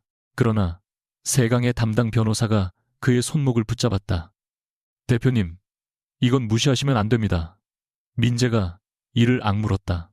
윤서진이 나한테 이럴 수 있을 것 같습니까? 변호사는 잠시 망설이다가 말했다. 대표님, 이제 문제는 윤서진 변호사가 뭘 할 수 있느냐가 아닙니다. 그는 바닥에 떨어진 첫 페이지를 주워 민재 앞에 놓았다. 이미 대표님이 무엇에 서명했느냐가 문제입니다. 명성테크가 재검토 통지를 받은 뒤 사흘 동안 회사 안에서는 아무 일도 일어나지 않는 척하려는 사람들과 이미 무언가 크게 잘못됐다는 사실을 아는 사람들이 서로 다른 표정으로 복도를 오갔다. 강민재는 임원들에게 외부 법무법인의 과잉 해석일 뿐이라고 말했고, 태성캐피탈에는 최종 계약 일정에 차질이 없다고 반복해서 확인했다. 그러나 세강의 변호사들은 그처럼 낙관적이지 않았다. 보호권리 보유자 측이 요구한 자료 범위가 지나치게 정확했기 때문이다. 그들은 명성테크의 전체 경영권을 문제 삼지 않았다. 대신 핵심 기술 사용권, 외부 신사업 법인에 대한 제공 범위 추가 담보 조건, 설립 당시 승인 절차가 지켜졌는지만 골라서 요구했다. 민재가 회의 테이블 끝에서 신경질적으로 물었다. 결국 윤서진이 회사를 뺏겠다는 거잖아요. 왜 그렇게 복잡하게 말합니까? 세강의 담당 변호사가 조심스럽게 대답했다. 현재까지는 윤 변호사 개인이 회사를 가져간다는 구조가 아닙니다. 보호권리 보유자가 계약상 권리를 행사하는 겁니다. 그거 아닙니까? 다릅니다. 아주 많이 다릅니다. 민재의 얼굴이 굳었다. 변호사는 화면에 6년 전 계약 구조를 띄웠다. 만약 이 권리가 최근 만들어졌다면 저희도 보복 목적을 강하게 주장할 수 있습니다. 그런데 설립 당시부터 존재했습니다. 더 문제는 대표님이 이후 투자 유치와 계약 연장 때마다 이 구조를 다시 확인했다는 점입니다. 민재가 비웃었다. 내가 수백 장짜리 계약서에 서명한 걸 가지고 지금 이런 짓을 합리화한다는 겁니까? 변호사는 잠시 침묵하다 낮게 말했다. 대표님 서명한 내용을 모두 기억하지 못할 수는 있습니다. 하지만 상대방이 그 내용을 기억하고 있다는 이유로 계약이 무효가 되지는 않습니다. L&J 글로벌에서는 훨씬 더 냉정한 검토가 진행되고 있었다. 윤서진은 회의실 벽 한쪽을 가득 채운 시간표 앞에 서 있었다. 명성테크 설립 2달 전부터 현재까지의 주요 계약과 변경 이력이 연도별로 정리돼 있었다. 그녀는 과거 자신의 기억에 기대지 않았다. 오히려 기억과 기록이 일치하는지부터 확인했다. 한도윤은 사건팀에게 같은 지시를 반복했다. 윤 변호사가 기억한다는 이유로 사실로 취급하지 마십시오. 반드시 당시 기록과 대조하세요. 서진은 그 말을 듣고도 불쾌해하지 않았다. 이제는 그 방식이 자신을 보호한다는 걸 알고 있었다. 첫 번째로 확인된 것은 명성테크 창업 당시 핵심 기술의 소유 구조였다. 민재는 자신이 기술을 개발한 창업자들과 독점 계약을 맺었다고만 기억했지만 실제로는 계약이 깨질 뻔한 적이 있었다. 초기 투자자가 경영권과 기술권을 한꺼번에 요구했고 자금이 절박했던 민재는 조건을 받아들이려 했다. 당시 서진이 구조를 다시 짜 투자자는 필요한 보호를 얻되 핵심 기술을 마음대로 처분할 수 없도록 별도 관리법인을 두었다. 두 번째 기록은 창업 3년째 발생한 특허 분쟁이었다. 민재는 경쟁사가 갑자기 소송을 취하했다고 기억했다. 하지만 사건 기록에는 L&J가 상대 회사와 사용 범위를 재조정하고 손해배상 위험을 제거한 협상 문서가 남아 있었다. 담당 변호사 이름 옆에는 윤서진의 검토 표시가 있었다. 세 번째는 해외 공급 계약이었다. 계약 체결 하루 전 치명적인 책임 조항이 발견됐고 누군가 밤새 수정안을 만들었다. 민재는 당시 운이 좋았다고 말했다. 서진은 그 문서 끝에 적힌 자신의 짧은 메모를 바라봤다. 대표에게 최종안만 전달할 것, 불필요한 불안 야기하지 말 것. 그 한 줄을 읽는 순간 그녀는 오래 입을 다물었다. 도윤이 옆에서 말했다. 당신이 정말 철저하게 숨겼군요. 서진은 씁쓸하게 웃었다. 그 사람이 자신감을 잃지 않았으면 했어요. 그래서 모든 위험을 당신이 먼저 치웠고요. 그게 사랑이라고 생각했어요. 공식 재검토 회의가 열린 날 명성테크 이사회와 양측 법률 대리인은 판교 본사 대회의실에 다시 모였다. 이번에는 차혜린도 태성캐피탈 측 관계자로 참석했다. 그녀는 지난번보다 훨씬 굳은 얼굴이었다. 서진이 들어왔을 때 민재는 더 이상 놀라지 않았다. 대신 처음부터 저기를 숨기지 않았다. 오늘은 또 뭘 보여주려고 왔어? 내가 네 덕분에 회사라도 만든 것처럼 만들 생각인가? 서진은 자리에 앉으며 대답했다. 당신을 설득하러 온 게 아니야. 기록을 확인하러 왔어.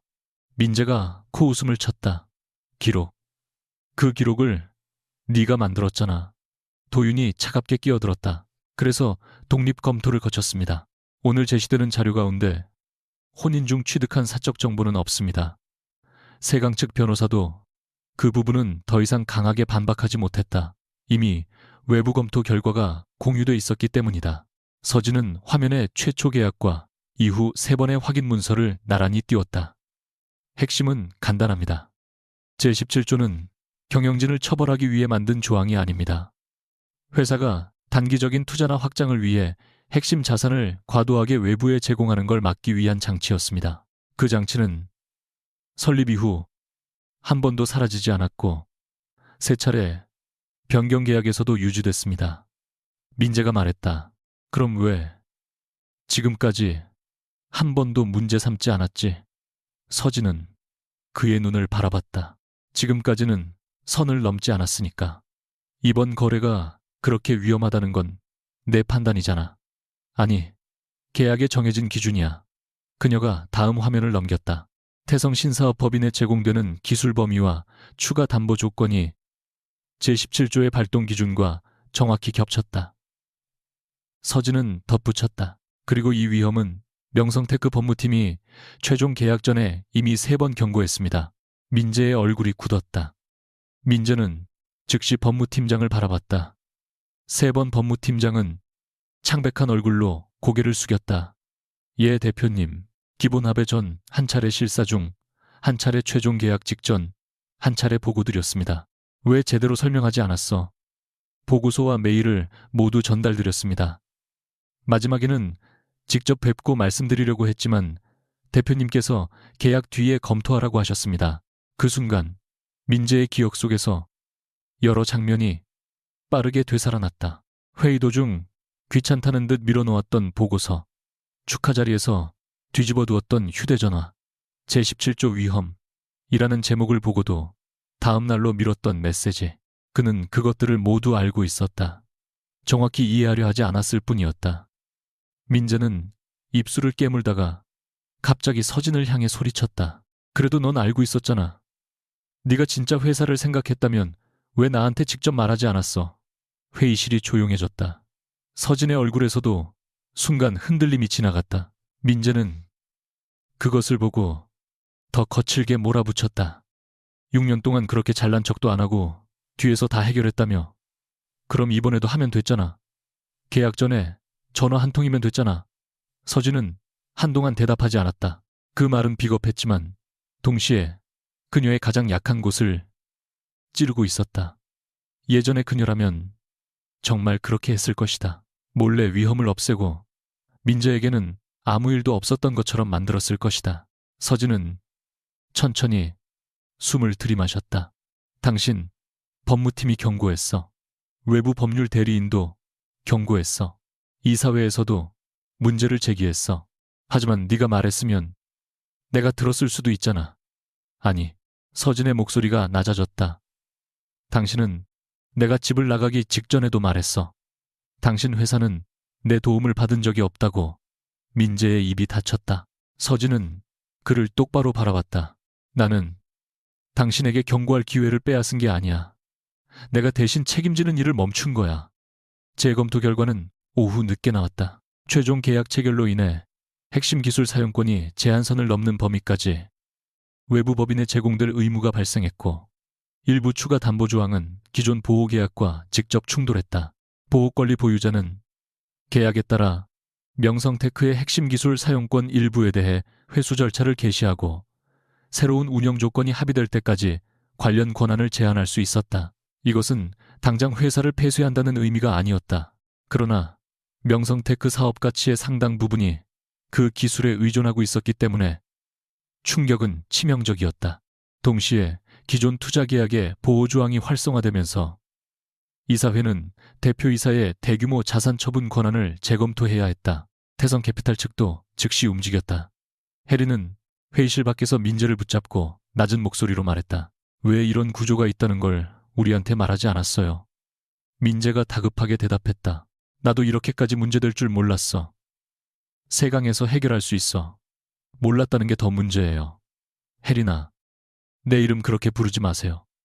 지금 이건 개인적인 일이 아니니까. 그녀의 표정은 차갑지만 흔들리고 있었다. 혜린에게도 이번 거래는 단순한 연애의 결과가 아니었다. 태성 내부에서 오빠와 경쟁하던 그녀는 명성테크 투자 성공으로 자신의 판단력을 증명하려 했다. 민재가 숨긴 위험이 드러나면 그녀 역시 책임을 져야 했다. 민재가 손목을 잡으려 하자 혜리는 한 걸음 물러났다. 우리 쪽은 추가 자금 집행을 보류할 거예요. 재검토 결과가 정리되기 전까지는 어떤 지원도 없습니다. 지금 빠지면 나만 죽으라는 거야. 혜린의 눈빛이 차갑게 가라앉았다. 강민재 씨가 나랑 결혼하면 태성까지 자기 회사가 되는 줄 알았어요. 그 한마디가 민재의 마지막 자존심을 찢었다. 이튿날 이사회는 긴급 임시회의를 열었다. 민재는 대표이사 자리를 지키기 위해 끝까지 싸웠다. 자신이 회사의 창업자라는 점, 태성거래가 장기적으로 성공할 가능성이 있다는 점, 보호조항 행사가 지나치게 보수적이라는 점을 주장했다. 그는 무능하지 않았다. 수년 동안 회사를 성장시킨 경험도 있었고 위기에서 거래를 성사시킨 능력도 있었다. 그래서 이사회 역시 쉽게 결론 내리지 못했다. 하지만 이번에는 그의 가장 큰 약점이 그의 능력보다 앞섰다. 법무팀의 반복된 경고를 무시했고 이사회에 핵심 자산의 계약상 제한을 충분히 보고하지 않은 상태에서 거래를 강행했으며 태성 측에도 위험을 명확히 설명하지 않았다. 더구나 거래가 중단되면서 회사는 단기 자금 압박까지 떠안게 됐다. 회의 중간 민재는 마지막 카드처럼 서진을 향해 말했다. 그럼 솔직히 말해. 네가 원하는 게 뭐야? 내가 대표에서 내려오면 만족해. 회사를 네 이름으로 가져가면 끝나. 서진은 천천히 고개를 저었다. 나는 명성테크 대표가 될 생각 없어. 거짓말하지 마. 처음부터 말했잖아. 회사는 복수 대상이 아니라고. 민재가 웃었다. 마인, 우름이 난감이는. 우리고 그럼 이 모든 걸 왜 했는데? 서진은 잠시 그를 바라보다가 말했다. 내가 한 게 아니야. 당신이 서명했고, 당신이 경고를 무시했고, 당신이 계약을 밀어붙였어. 내가 한 건 더 이상 그 결과를 지워주지 않은 것뿐이야. 그 말 뒤에 이어진 표결에서 강민재의 대표이사 권한은 주요 계약 문제가 해결될 때까지 정지됐다. 회의가 끝난 뒤에도 민재는 자리에서 일어나지 못했다. 임원들이 하나둘 빠져나가고 마지막으로 서진이 서류를 챙기자 그가 낮게 말했다. 잠깐. 서진은 멈췄다. 도윤도 문 앞에서 기다렸다. 민재는 한참 손을 내려다보다가 물었다. 진짜 네가 한 거야. 뭐를 처음 투자받을 때 그 계약, 특허 문제, 해외 계약도. 서진은 바로 대답하지 않았다. 민재의 목소리가 갈라졌다. 왜 한 번도 말 안 했어? 그 질문에는 처음으로 분노보다 두려움이 많았다. 서진은 천천히 의자에 다시 앉았다. 처음에는 당신이 상처받을까봐 그랬어. 당신은 도움받는 걸 굉장히 싫어했으니까. 민재가 헛웃음을 흘렸다. 그래서 날 바보로 만들었어. 아니, 당신이 할 수 있다고 믿게 해주고 싶었어. 결국 내가 한 건 아무것도 없다는 거잖아. 그렇게 말하지 않았어. 서진의 목소리가 단단해졌다. 회사를 키운 건 당신이야. 사람을 모으고 제품을 팔고 투자자를 설득한 것도 당신이고 나는 무너질 수 있는 부분을 막았을 뿐이야. 민재가 고개를 들었다. 그런데 왜 나는 아무것도 몰랐지? 서진은 아주 오래 기다렸던 말을 꺼냈다. 당신이 한 번도 궁금해하지 않았으니까. 민재의 얼굴이 굳었다. 당신을 속인 게 아니야. 당신이 내가 한 일을 한 번도 궁금해하지 않았던 거야. 그 말은 비난이라기보다 사실에 가까웠다. 그래서 더 잔인했다. 그날 밤 세강에서 추가 검토 자료가 도착했다. 명성테크 측이 과거 서진의 관여를 이유로 계약 자체의 효력을 다투는 전략을 검토할 수 있다는 내용이었다. 그러나 승산은 높지 않았다. 당시 서진은 회사가 아니라 별도 자산관리법인과 초기 투자자 측 법률 대리구조 안에서 업무를 수행했고 관련 계약은 여러 외부 자문과 이사회 승인까지 거쳤다. 무엇보다 이후 민재가 독립적인 법률 자문을 받은 상태에서 같은 구조를 반복적으로 승인한 기록이 있었다.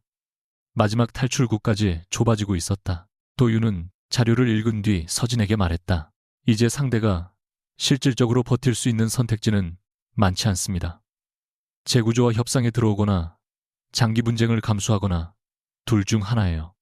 서진은 창밖을 바라봤다. 아래에서는 명성테크 직원들이 늦은 시간에도 하나둘 건물을 빠져나가고 있었다. 그들 가운데 대부분은 자신과 민재의 결혼이 어떤 모습이었는지 모른다. 그리고 알 필요도 없었다. 서진은 말했다. 재구조 화안을 먼저 내요. 핵심 기술 사용권은 회사가 정상 운영할 수 있는 범위에서 유지하고 직원 고용과 기존 고객 계약을 최대한 보호하는 조건으로. 도윤이 그녀를 바라봤다. 강민재가 대표로 돌아오는 길도 남겨둘 겁니까? 서진은 잠시 생각했다. 이번 결정에 대한 책임을 지고 이사회가 다시 신뢰할 수 있다고 판단한다면 그건 이사회가 정할 일이에요. 도윤의 눈썹이 미세하게 올라갔다. 완전히 끝낼 수도 있습니다. 알아요. 그 사람이 당신에게 한 일까지 생각하면 누구도 비난하지 않을 겁니다. 서진은 고개를 저었다. 그 사람이 나를 함부로 대했다고 해서 내가 법을 이용해 필요 이상으로 빼앗으면 결국 나도 사람을 도구처럼 쓰는 거예요. 바로 그날 서진은 민재 측의 비용 처리 기록에서 개인적인 위법 가능성을 시사하는 항목 하나를 발견했다. 회사 업무와 무관한 지출을 신사업 준비 비용으로 처리한 흔적이었다. 규모는 크지 않았지만 자세히 파고들면 민재에게 추가적인 압박이 될 수 있었다. 이 부분까지 문제 삼으면 협상에서 상당히 유리해질 수 있습니다. 서진은 한동안 화면을 바라봤다. 예전의 자신이라면 상대의 약점을 발견한 이상 끝까지 활용했을 것이다. 결혼 생활의 자신이라면 반대로 민재를 보호하려고 기록 자체를 덮었을지도 몰랐다. 지금의 그녀는 둘 다 하지 않았다. 현재 핵심 기술 분쟁과 직접 관련이 없어요. 우리 권한 바뀌면 사용하지 마세요. 젊은 변호사가 놀란 얼굴로 물었다. 하지만 상대가 윤 변호사님 개인을 공격했습니다. 그래서요, 같이 공격할 수 있지 않습니까? 서진은 화면을 닫았다. 이기고 싶은 사건과 망치고 싶은 사람을 구분하지 못하면 변호사는 아주 위험해져요. 회의실 뒤편에 서 있던 도윤은 아무 말도 하지 않았지만 서진이 그를 바라봤을 때 아주 짧게 고개를 끄덕였다. 6년 전 그녀가 법조계를 떠난 이유 중 하나는 승리 자체에 지쳐버렸기 때문이었다. 이제야 서진은 다른 방식으로 싸울 수도 있다는 사실을 배우고 있었다. 며칠 뒤 명성테크는 결국 재구조와 협상안에 서명했다. 핵심 기술 사용권은 회사 운영에 필요한 범위에서 유지됐지만 신사업 법인으로의 이전은 중단됐다. 태성캐피탈은 투자 규모를 대폭 축소하고 추가 검토에 들어갔으며 이사회는 민재의 대표이사 권한 정지를 유지했다. 법적으로 회사가 압류된 것은 아니었지만 민재가 마음대로 행사하던 지배권은 사실상 사라졌다. 핵심 자산은 보호구조 아래 묶였고 주요 의사결정은 이사회와 권리 보유자의 동의를 받아야 했다. 경제지들은 이를 두고 명성테크 창업 이후 최대의 경영권 위기라고 보도했다. 한남동 집에서 그 기사를 읽던 오미숙은 믿을 수 없다는 듯 민재에게 전화를 걸었고 해리는 며칠째 연락을 받지 않았다. 민재는 불이 꺼진 대표실에 혼자 앉아 과거 문서들을 처음부터 다시 읽었다. 첫 투자계약 특허 협상 기록, 해외 계약 수정안, 곳곳에 서진의 이름이 있었다. 크지 않았다. 대부분 검토자나 담당자의 이름으로 구석에 적혀 있을 뿐이었다. 그러나 그 작은 이름은 그가 기억하던 성공의 장면마다 존재했다. 민재는 그제야 자신이 무엇을 잃었는지 조금씩 이해하기 시작했다. 아내가 아니었다. 자신보다 못하다고 믿어야만 안심할 수 있었던 사람을 잃은 것이었다. 그리고 그 오만 때문에 자신이 가진 가장 큰 안전장치마저 스스로 내쫓았다. 같은 밤, 서진은 LNJ 건물 옥상 정원에서 도윤과 나란히 서울을 내려다보고 있었다. 승리라고 부를 수 있는 날이었지만 그녀의 얼굴에는 기쁨보다 피로가 짙었다. 도윤이 종이컵 하나를 건넸다. 커피 아닙니다. 따뜻한 차예요. 서진이 받아들며 웃었다. 건강검진 이후 정말 사람이 달라졌네요. 그러니까 오래 살아야죠. 앞으로 상대해야 할 사건이 많아서 잠시 침묵이 흐른 뒤 도윤이 말했다. 오늘 당신은 강민재를 더 무너뜨릴 수도 있었습니다. 서진은 도시의 불빛을 바라봤다. 알아요. 왜 안 했습니까? 그 사람을 용서해서 아니에요. 그녀는 천천히 말을 골랐다. 이제는 내가 누구인지 그 사람 행동으로 결정하고 싶지 않아서요. 민재가 잔인하면 나도 잔인해지고 민재가 불쌍하면 또 내가 구해주고 그런 식으로 살다 보니까 내 선택이 하나도 없었어요. 도윤은 아무 말 없이 들었다. 서진은 손에 든 만년필을 내려다봤다. 이번에는 내가 정하고 싶어요. 어디까지 싸울지, 어디서 멈출지. 도윤이 조용히 물었다. 그래서 이제 끝입니까? 서진은 고개를 저었다. 아직 하나 남았어요. 뭡니까? 그녀가 아주 희미하게 웃었다. 윤서진이라는 이름으로 다시 시작하는 것. 도윤은 잠시 그녀를 바라보다 말했다. 그건 내가 도와줄 수 있습니까? 서진은 그의 눈을 마주쳤다. 예전 같았으면 도움이라는 말 자체를 경계했을 것이다. 하지만 이제 그녀는 도움받는 것과 자신을 맡기는 것이 다르다는 걸 조금씩 이해하고 있었다. 옆에 있어주는 것까지는 허락할게요. 도윤의 입가에 처음으로 편안한 미소가 번졌다. 아래로는 서울의 수많은 불빛이 펼쳐져 있었다. 서진은 그 빛을 바라보며 알았다. 그녀가 되찾은 것은 회사도 돈도 복수의 승리도 아니었다. 오래전 사랑이라는 이름으로 스스로 내려놓았던 자기 인생의 결정권이었다. 강민재가 윤서진에게 만나자고 연락한 것은 대표이사 권한이 정지된 지 열이틀째 되는 날이었다. 그동안 그는 단 한 번도 미안하다는 말을 보내지 않았다. 처음 며칠은 세강을 통해 재구조와 조건을 바꿀 방법만 찾았고 그 다음에는 이사회 구성원들에게 직접 전화해 자신이 돌아와야 회사를 살릴 수 있다고 설득했다. 그러나 시간이 지날수록 통화 상대는 줄어들었다. 태성캐피탈은 신사업 투자를 사실상 철회했고 차혜리는 내부 책임 문제 때문에 모든 개인 연락을 끊었다. 어머니 오미숙은 처음에는 서진을 고소해야 한다며 소리쳤지만 회사 경영권 문제가 언론에 보도되자 이제는 민재에게 왜 그런 계약도 제대로 모르고 서명했느냐고 화를 냈다. 누구도 자신의 편이 아니라고 느끼던 어느 밤 민재는 처음으로 6년 전 자료를 처음부터 끝까지 읽었다. 서진의 이름은 생각보다 훨씬 많은 곳에 있었다. 대단한 직함으로 크게 적혀 있지 않았다. 검토자, 자문 담당, 수정 의견, 작성자, 협상 지원. 오도국 궁등도 그 작은 흔적들을 따라갈수록 민재가 자신의 판단으로 해결했다고 믿었던 위기 뒤에 누군가의 손이 있었다. 그는 새벽 3시가 넘어서야 서진에게 메시지를 보냈다. 한 번만 만나자. 회사 얘기 말고 우리 얘기하고 싶어. 서진은 다음 날 아침 그 메시지를 봤다. 바로 답하지 않았다. 예전에 그녀였다면 민재가 밤새 힘들었을까 먼저 걱정했을 것이다. 지금은 자신이 그를 만나고 싶은지부터 생각했다. 그리고 한참 뒤 짧게 답했다. 토요일 오후 2시 서촌 카페 앞. 두 사람이 신혼초 자주 걸었던 동네였지만 일부러 특별한 장소를 고른 것은 아니었다. 더 이상 둘의 마지막 대화가 거대한 회의실이나 법률 문서 사이에서 이루어질 필요는 없다고 생각했기 때문이다. 토요일 오후 민재는 약속 시간보다 30분 먼저 와 있었다.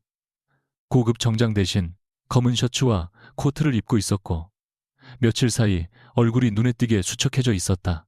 서진이 카페 안으로 들어오자 그는 습관처럼 자리에서 일어났다가 어떻게 인사해야 할지 몰라 다시 어색하게 앉았다. 서진도 맞은편에 앉았다. 둘 사이에 메뉴판이 놓였지만 아무도 펼치지 않았다. 민재가 먼저 말했다. 나 요즘 계속 생각했어. 서진은 대답하지 않았다.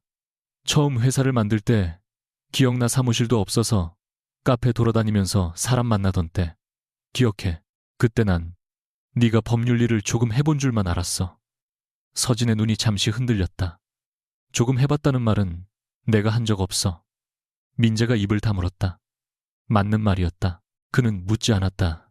서진이 어떤 일을 했는지, 어디에서 일했는지, 왜 갑자기 일을 그만두려고 했는지.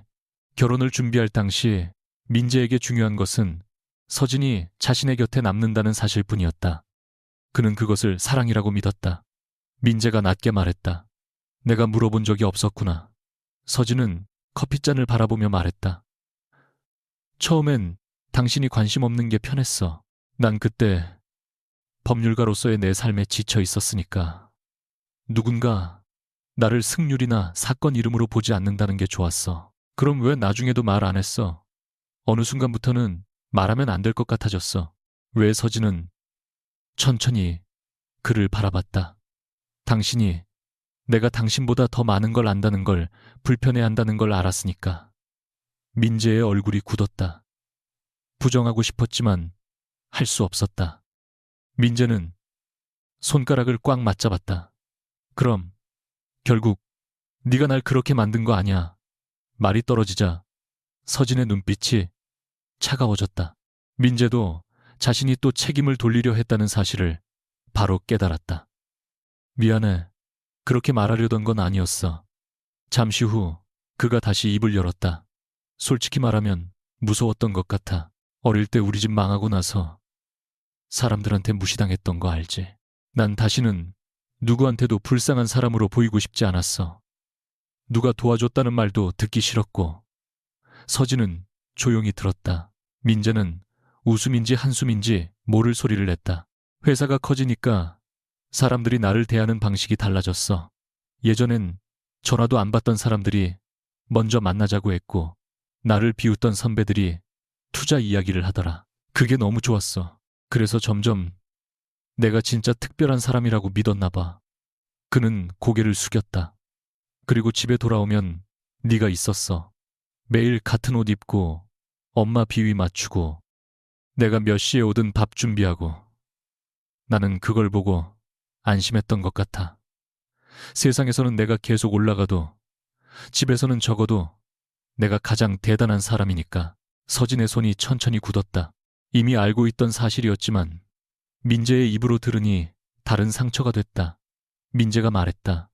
혜린 씨를 좋아했다고 생각했어. 지금도 그 사람 탓은 안 할 거야. 사실 혜린 씨보다 그 사람이 속한 세계를 좋아했던 것 같아. 그 사람이 내 옆에 있으면 사람들이 내가 완전히 성공했다고 인정할 것 같았어. 서진이 낮게 물었다. 그래서 나는 숨기고 싶은 과거였고. 민재는 대답하지 못했다. 침묵 자체가 대답이었다. 한참 뒤 민재가 물었다. 서진아, 왜 나를 그렇게까지 도왔어? 서진은 창밖을 바라봤다. 좁은 골목을 연인이 손을 잡고 지나가고 있었다. 오래전 자신도 민재와 저기를 걸으며 싸구려 붕어빵 하나를 나눠 먹은 적이 있었다. 그때의 행복은 거짓이 아니었다. 그것까지 부정하면 자신의 10년을 모두 미워해야 했다. 사랑했으니까. 민재의 눈가가 흔들렸다. 서진은 말을 이었다. 당신이 실패할까봐 무서웠고 누군가한테 상처받는 걸 보면 내가 먼저 해결하고 싶었어. 계약이 위험하면 내가 고쳤고 투자자가 무리한 요구를 하면 내가 막았고 당신이 실수한 걸 발견하면 당신이 알기 전에 정리했어. 처음에는 그게 사랑이라고 생각했어. 아니었어. 반만 사랑이었어. 민재가 고개를 들었다. 나머지 반은 내가 필요하다는 느낌이 좋았던 거야. 누군가를 구하고 있으면 내가 가치 있는 사람처럼 느껴졌거든. 서진은 자신의 잘못을 처음으로 또렷하게 입 밖에 냈다. 당신이 도움받는 법을 배우지 못한 것도, 실패를 견디는 법을 배우지 못한 것도 전부 내 책임이라는 뜻은 아니야. 하지만 난 당신이 실수할 때마다 결과를 치워줬어. 그러면서 당신이 스스로 문제를 볼 기회를 빼앗았어. 그리고 나중에는 당신이 나를 무시해도 내가 더 잘하면 예전의 당신으로 돌아올 거라고 믿었지. 그녀가 씁쓸하게 웃었다. 결국 우리 둘 다 보고 싶은 것만 봤던 거야. 민재는 눈을 감았다. 다시 시작하자는 말은 안 할게. 다행이네. 서진의 솔직한 대답에 민재가 짧게 웃었다. 슬픈 웃음이었다. 예전 같으면 조금은 기대했을 텐데. 서진은 조용히 말했다. 예전에 내가 아니니까. 민재는 마지막으로 회사 이야기를 꺼냈다. 이사회에서 나한테 조건을 제시했어. 당분간 경영에서 완전히 손 떼고 재구조화 이후 별도 심사를 거치면 다시 돌아올 가능성은 남겨두겠대. 서진은 놀라지 않았다. 예상했던 절차였다. 받을 거야 모르겠어. 예전 같으면 무조건 싸웠겠지. 회사를 뺏겼다고 생각했을 테니까. 그는 잠깐 웃었다. 근데 요즘은 내가 그 회사가 없으면 누군지 모르겠다는 게 더 무서워. 서진은 그 말을 듣고 처음으로 민재가 자신과 비슷한 벽 앞에 서 있다는 생각을 했다. 그녀 역시 결혼이 끝난 뒤 자신이 누구인지 다시 배워야 했다. 차이는 그 벽을 대신 넘어줄 수는 없다는 것이었다. 그건 당신이 알아내야 해. 도와줄 생각은 없고 민재가 농담처럼 물었지만 서진은 웃지 않았다. 없어. 민재는 잠시 아픈 표정을 지었다가 결국 고개를 끄덕였다. 그래, 그게 맞겠지. 서진은 가방에서 작은 상자를 꺼냈다. 그 안에는 결혼 반지가 들어 있었다. 집을 나가던 날 손가락에서 뺐지만 버리지 않고 가지고 있던 것이었다. 그녀는 상자를 민재 앞에 밀었다. 민재가 말했다. 안 돌려줘도 돼. 당신한테 돌려주는 게 아니야. 그럼 여기 놓고 가는 거야. 더 이상 내가 가지고 있을 이유가 없어서. 민재는 상자를 바라보다 눈을 내렸다. 서진은 자리에서 일어났다. 그가 마지막으로 불렀다. 서진아. 그녀가 돌아보자 민재가 한참 뒤 말했다. 미안하다. 변명도 조건도 붙지 않은 처음의 사과였다. 서진은 그 말을 듣고도 울지 않았다. 짧게 대답한 뒤 문을 열었다. 용서했다는 뜻도 용서하지 않았다는 뜻도 아니었다. 그저 그 사과를 그의 몫으로 남겨두는 대답이었다. 명성테크의 재구조화는 예상보다 오래 걸렸다. 회사는 무너지지 않았다. 핵심 기술 사용권은 기존 사업을 유지하는 범위에서 보장됐고 과도하게 확대된 신사업 계획은 폐기됐다.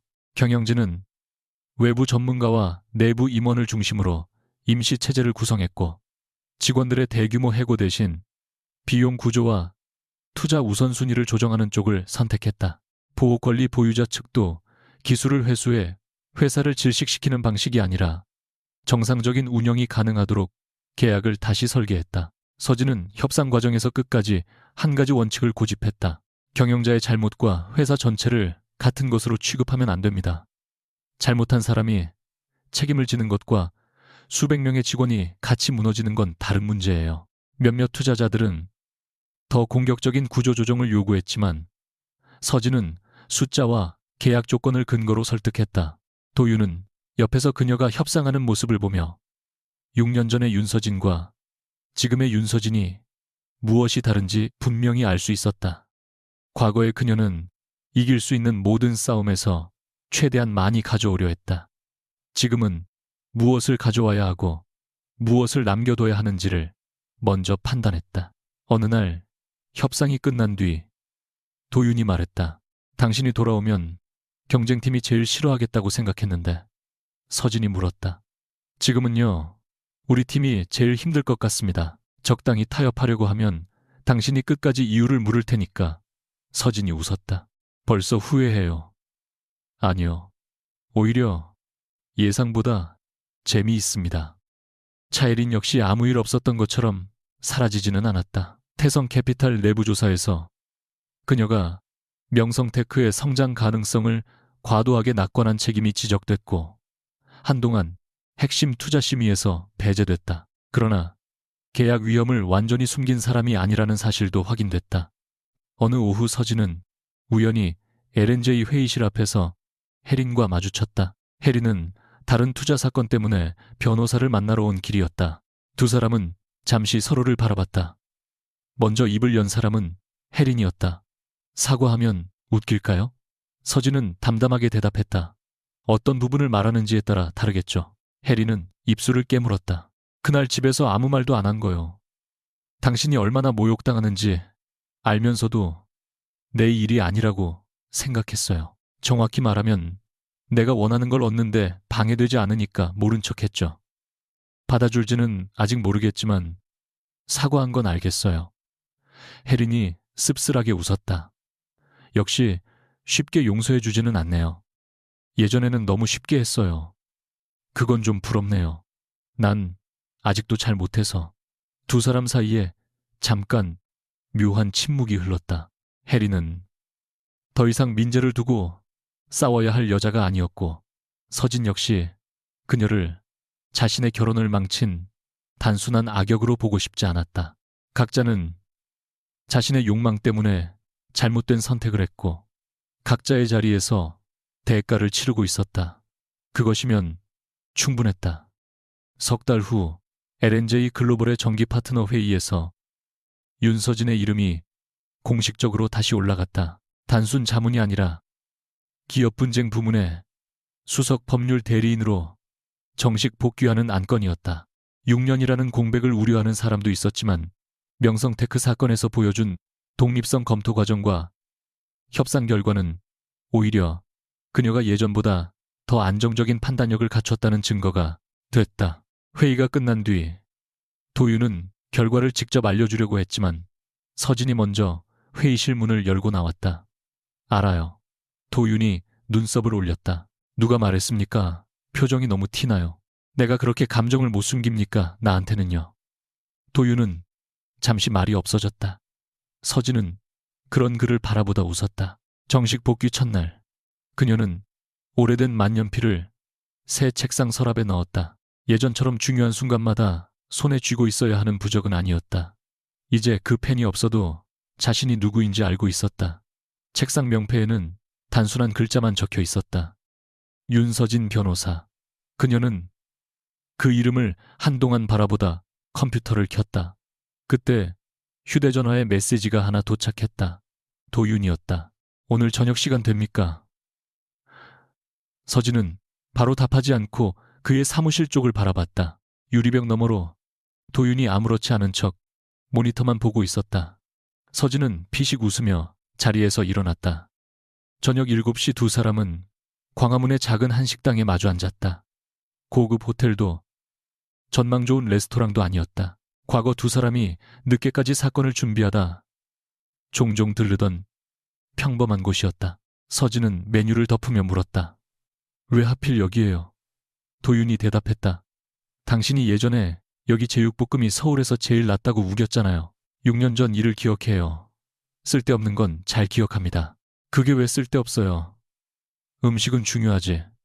주문을 마친 뒤 잠시 어색한 침묵이 흘렀다. 회사에서는 하루 종일 자연스럽게 말하던 두 사람이 막상 사건 이야기가 사라지자 서로 어디를 봐야 할지 몰랐다. 서진이 먼저 웃었다. 이번에도 충고하려고요. 도윤도 웃었다. 아니요.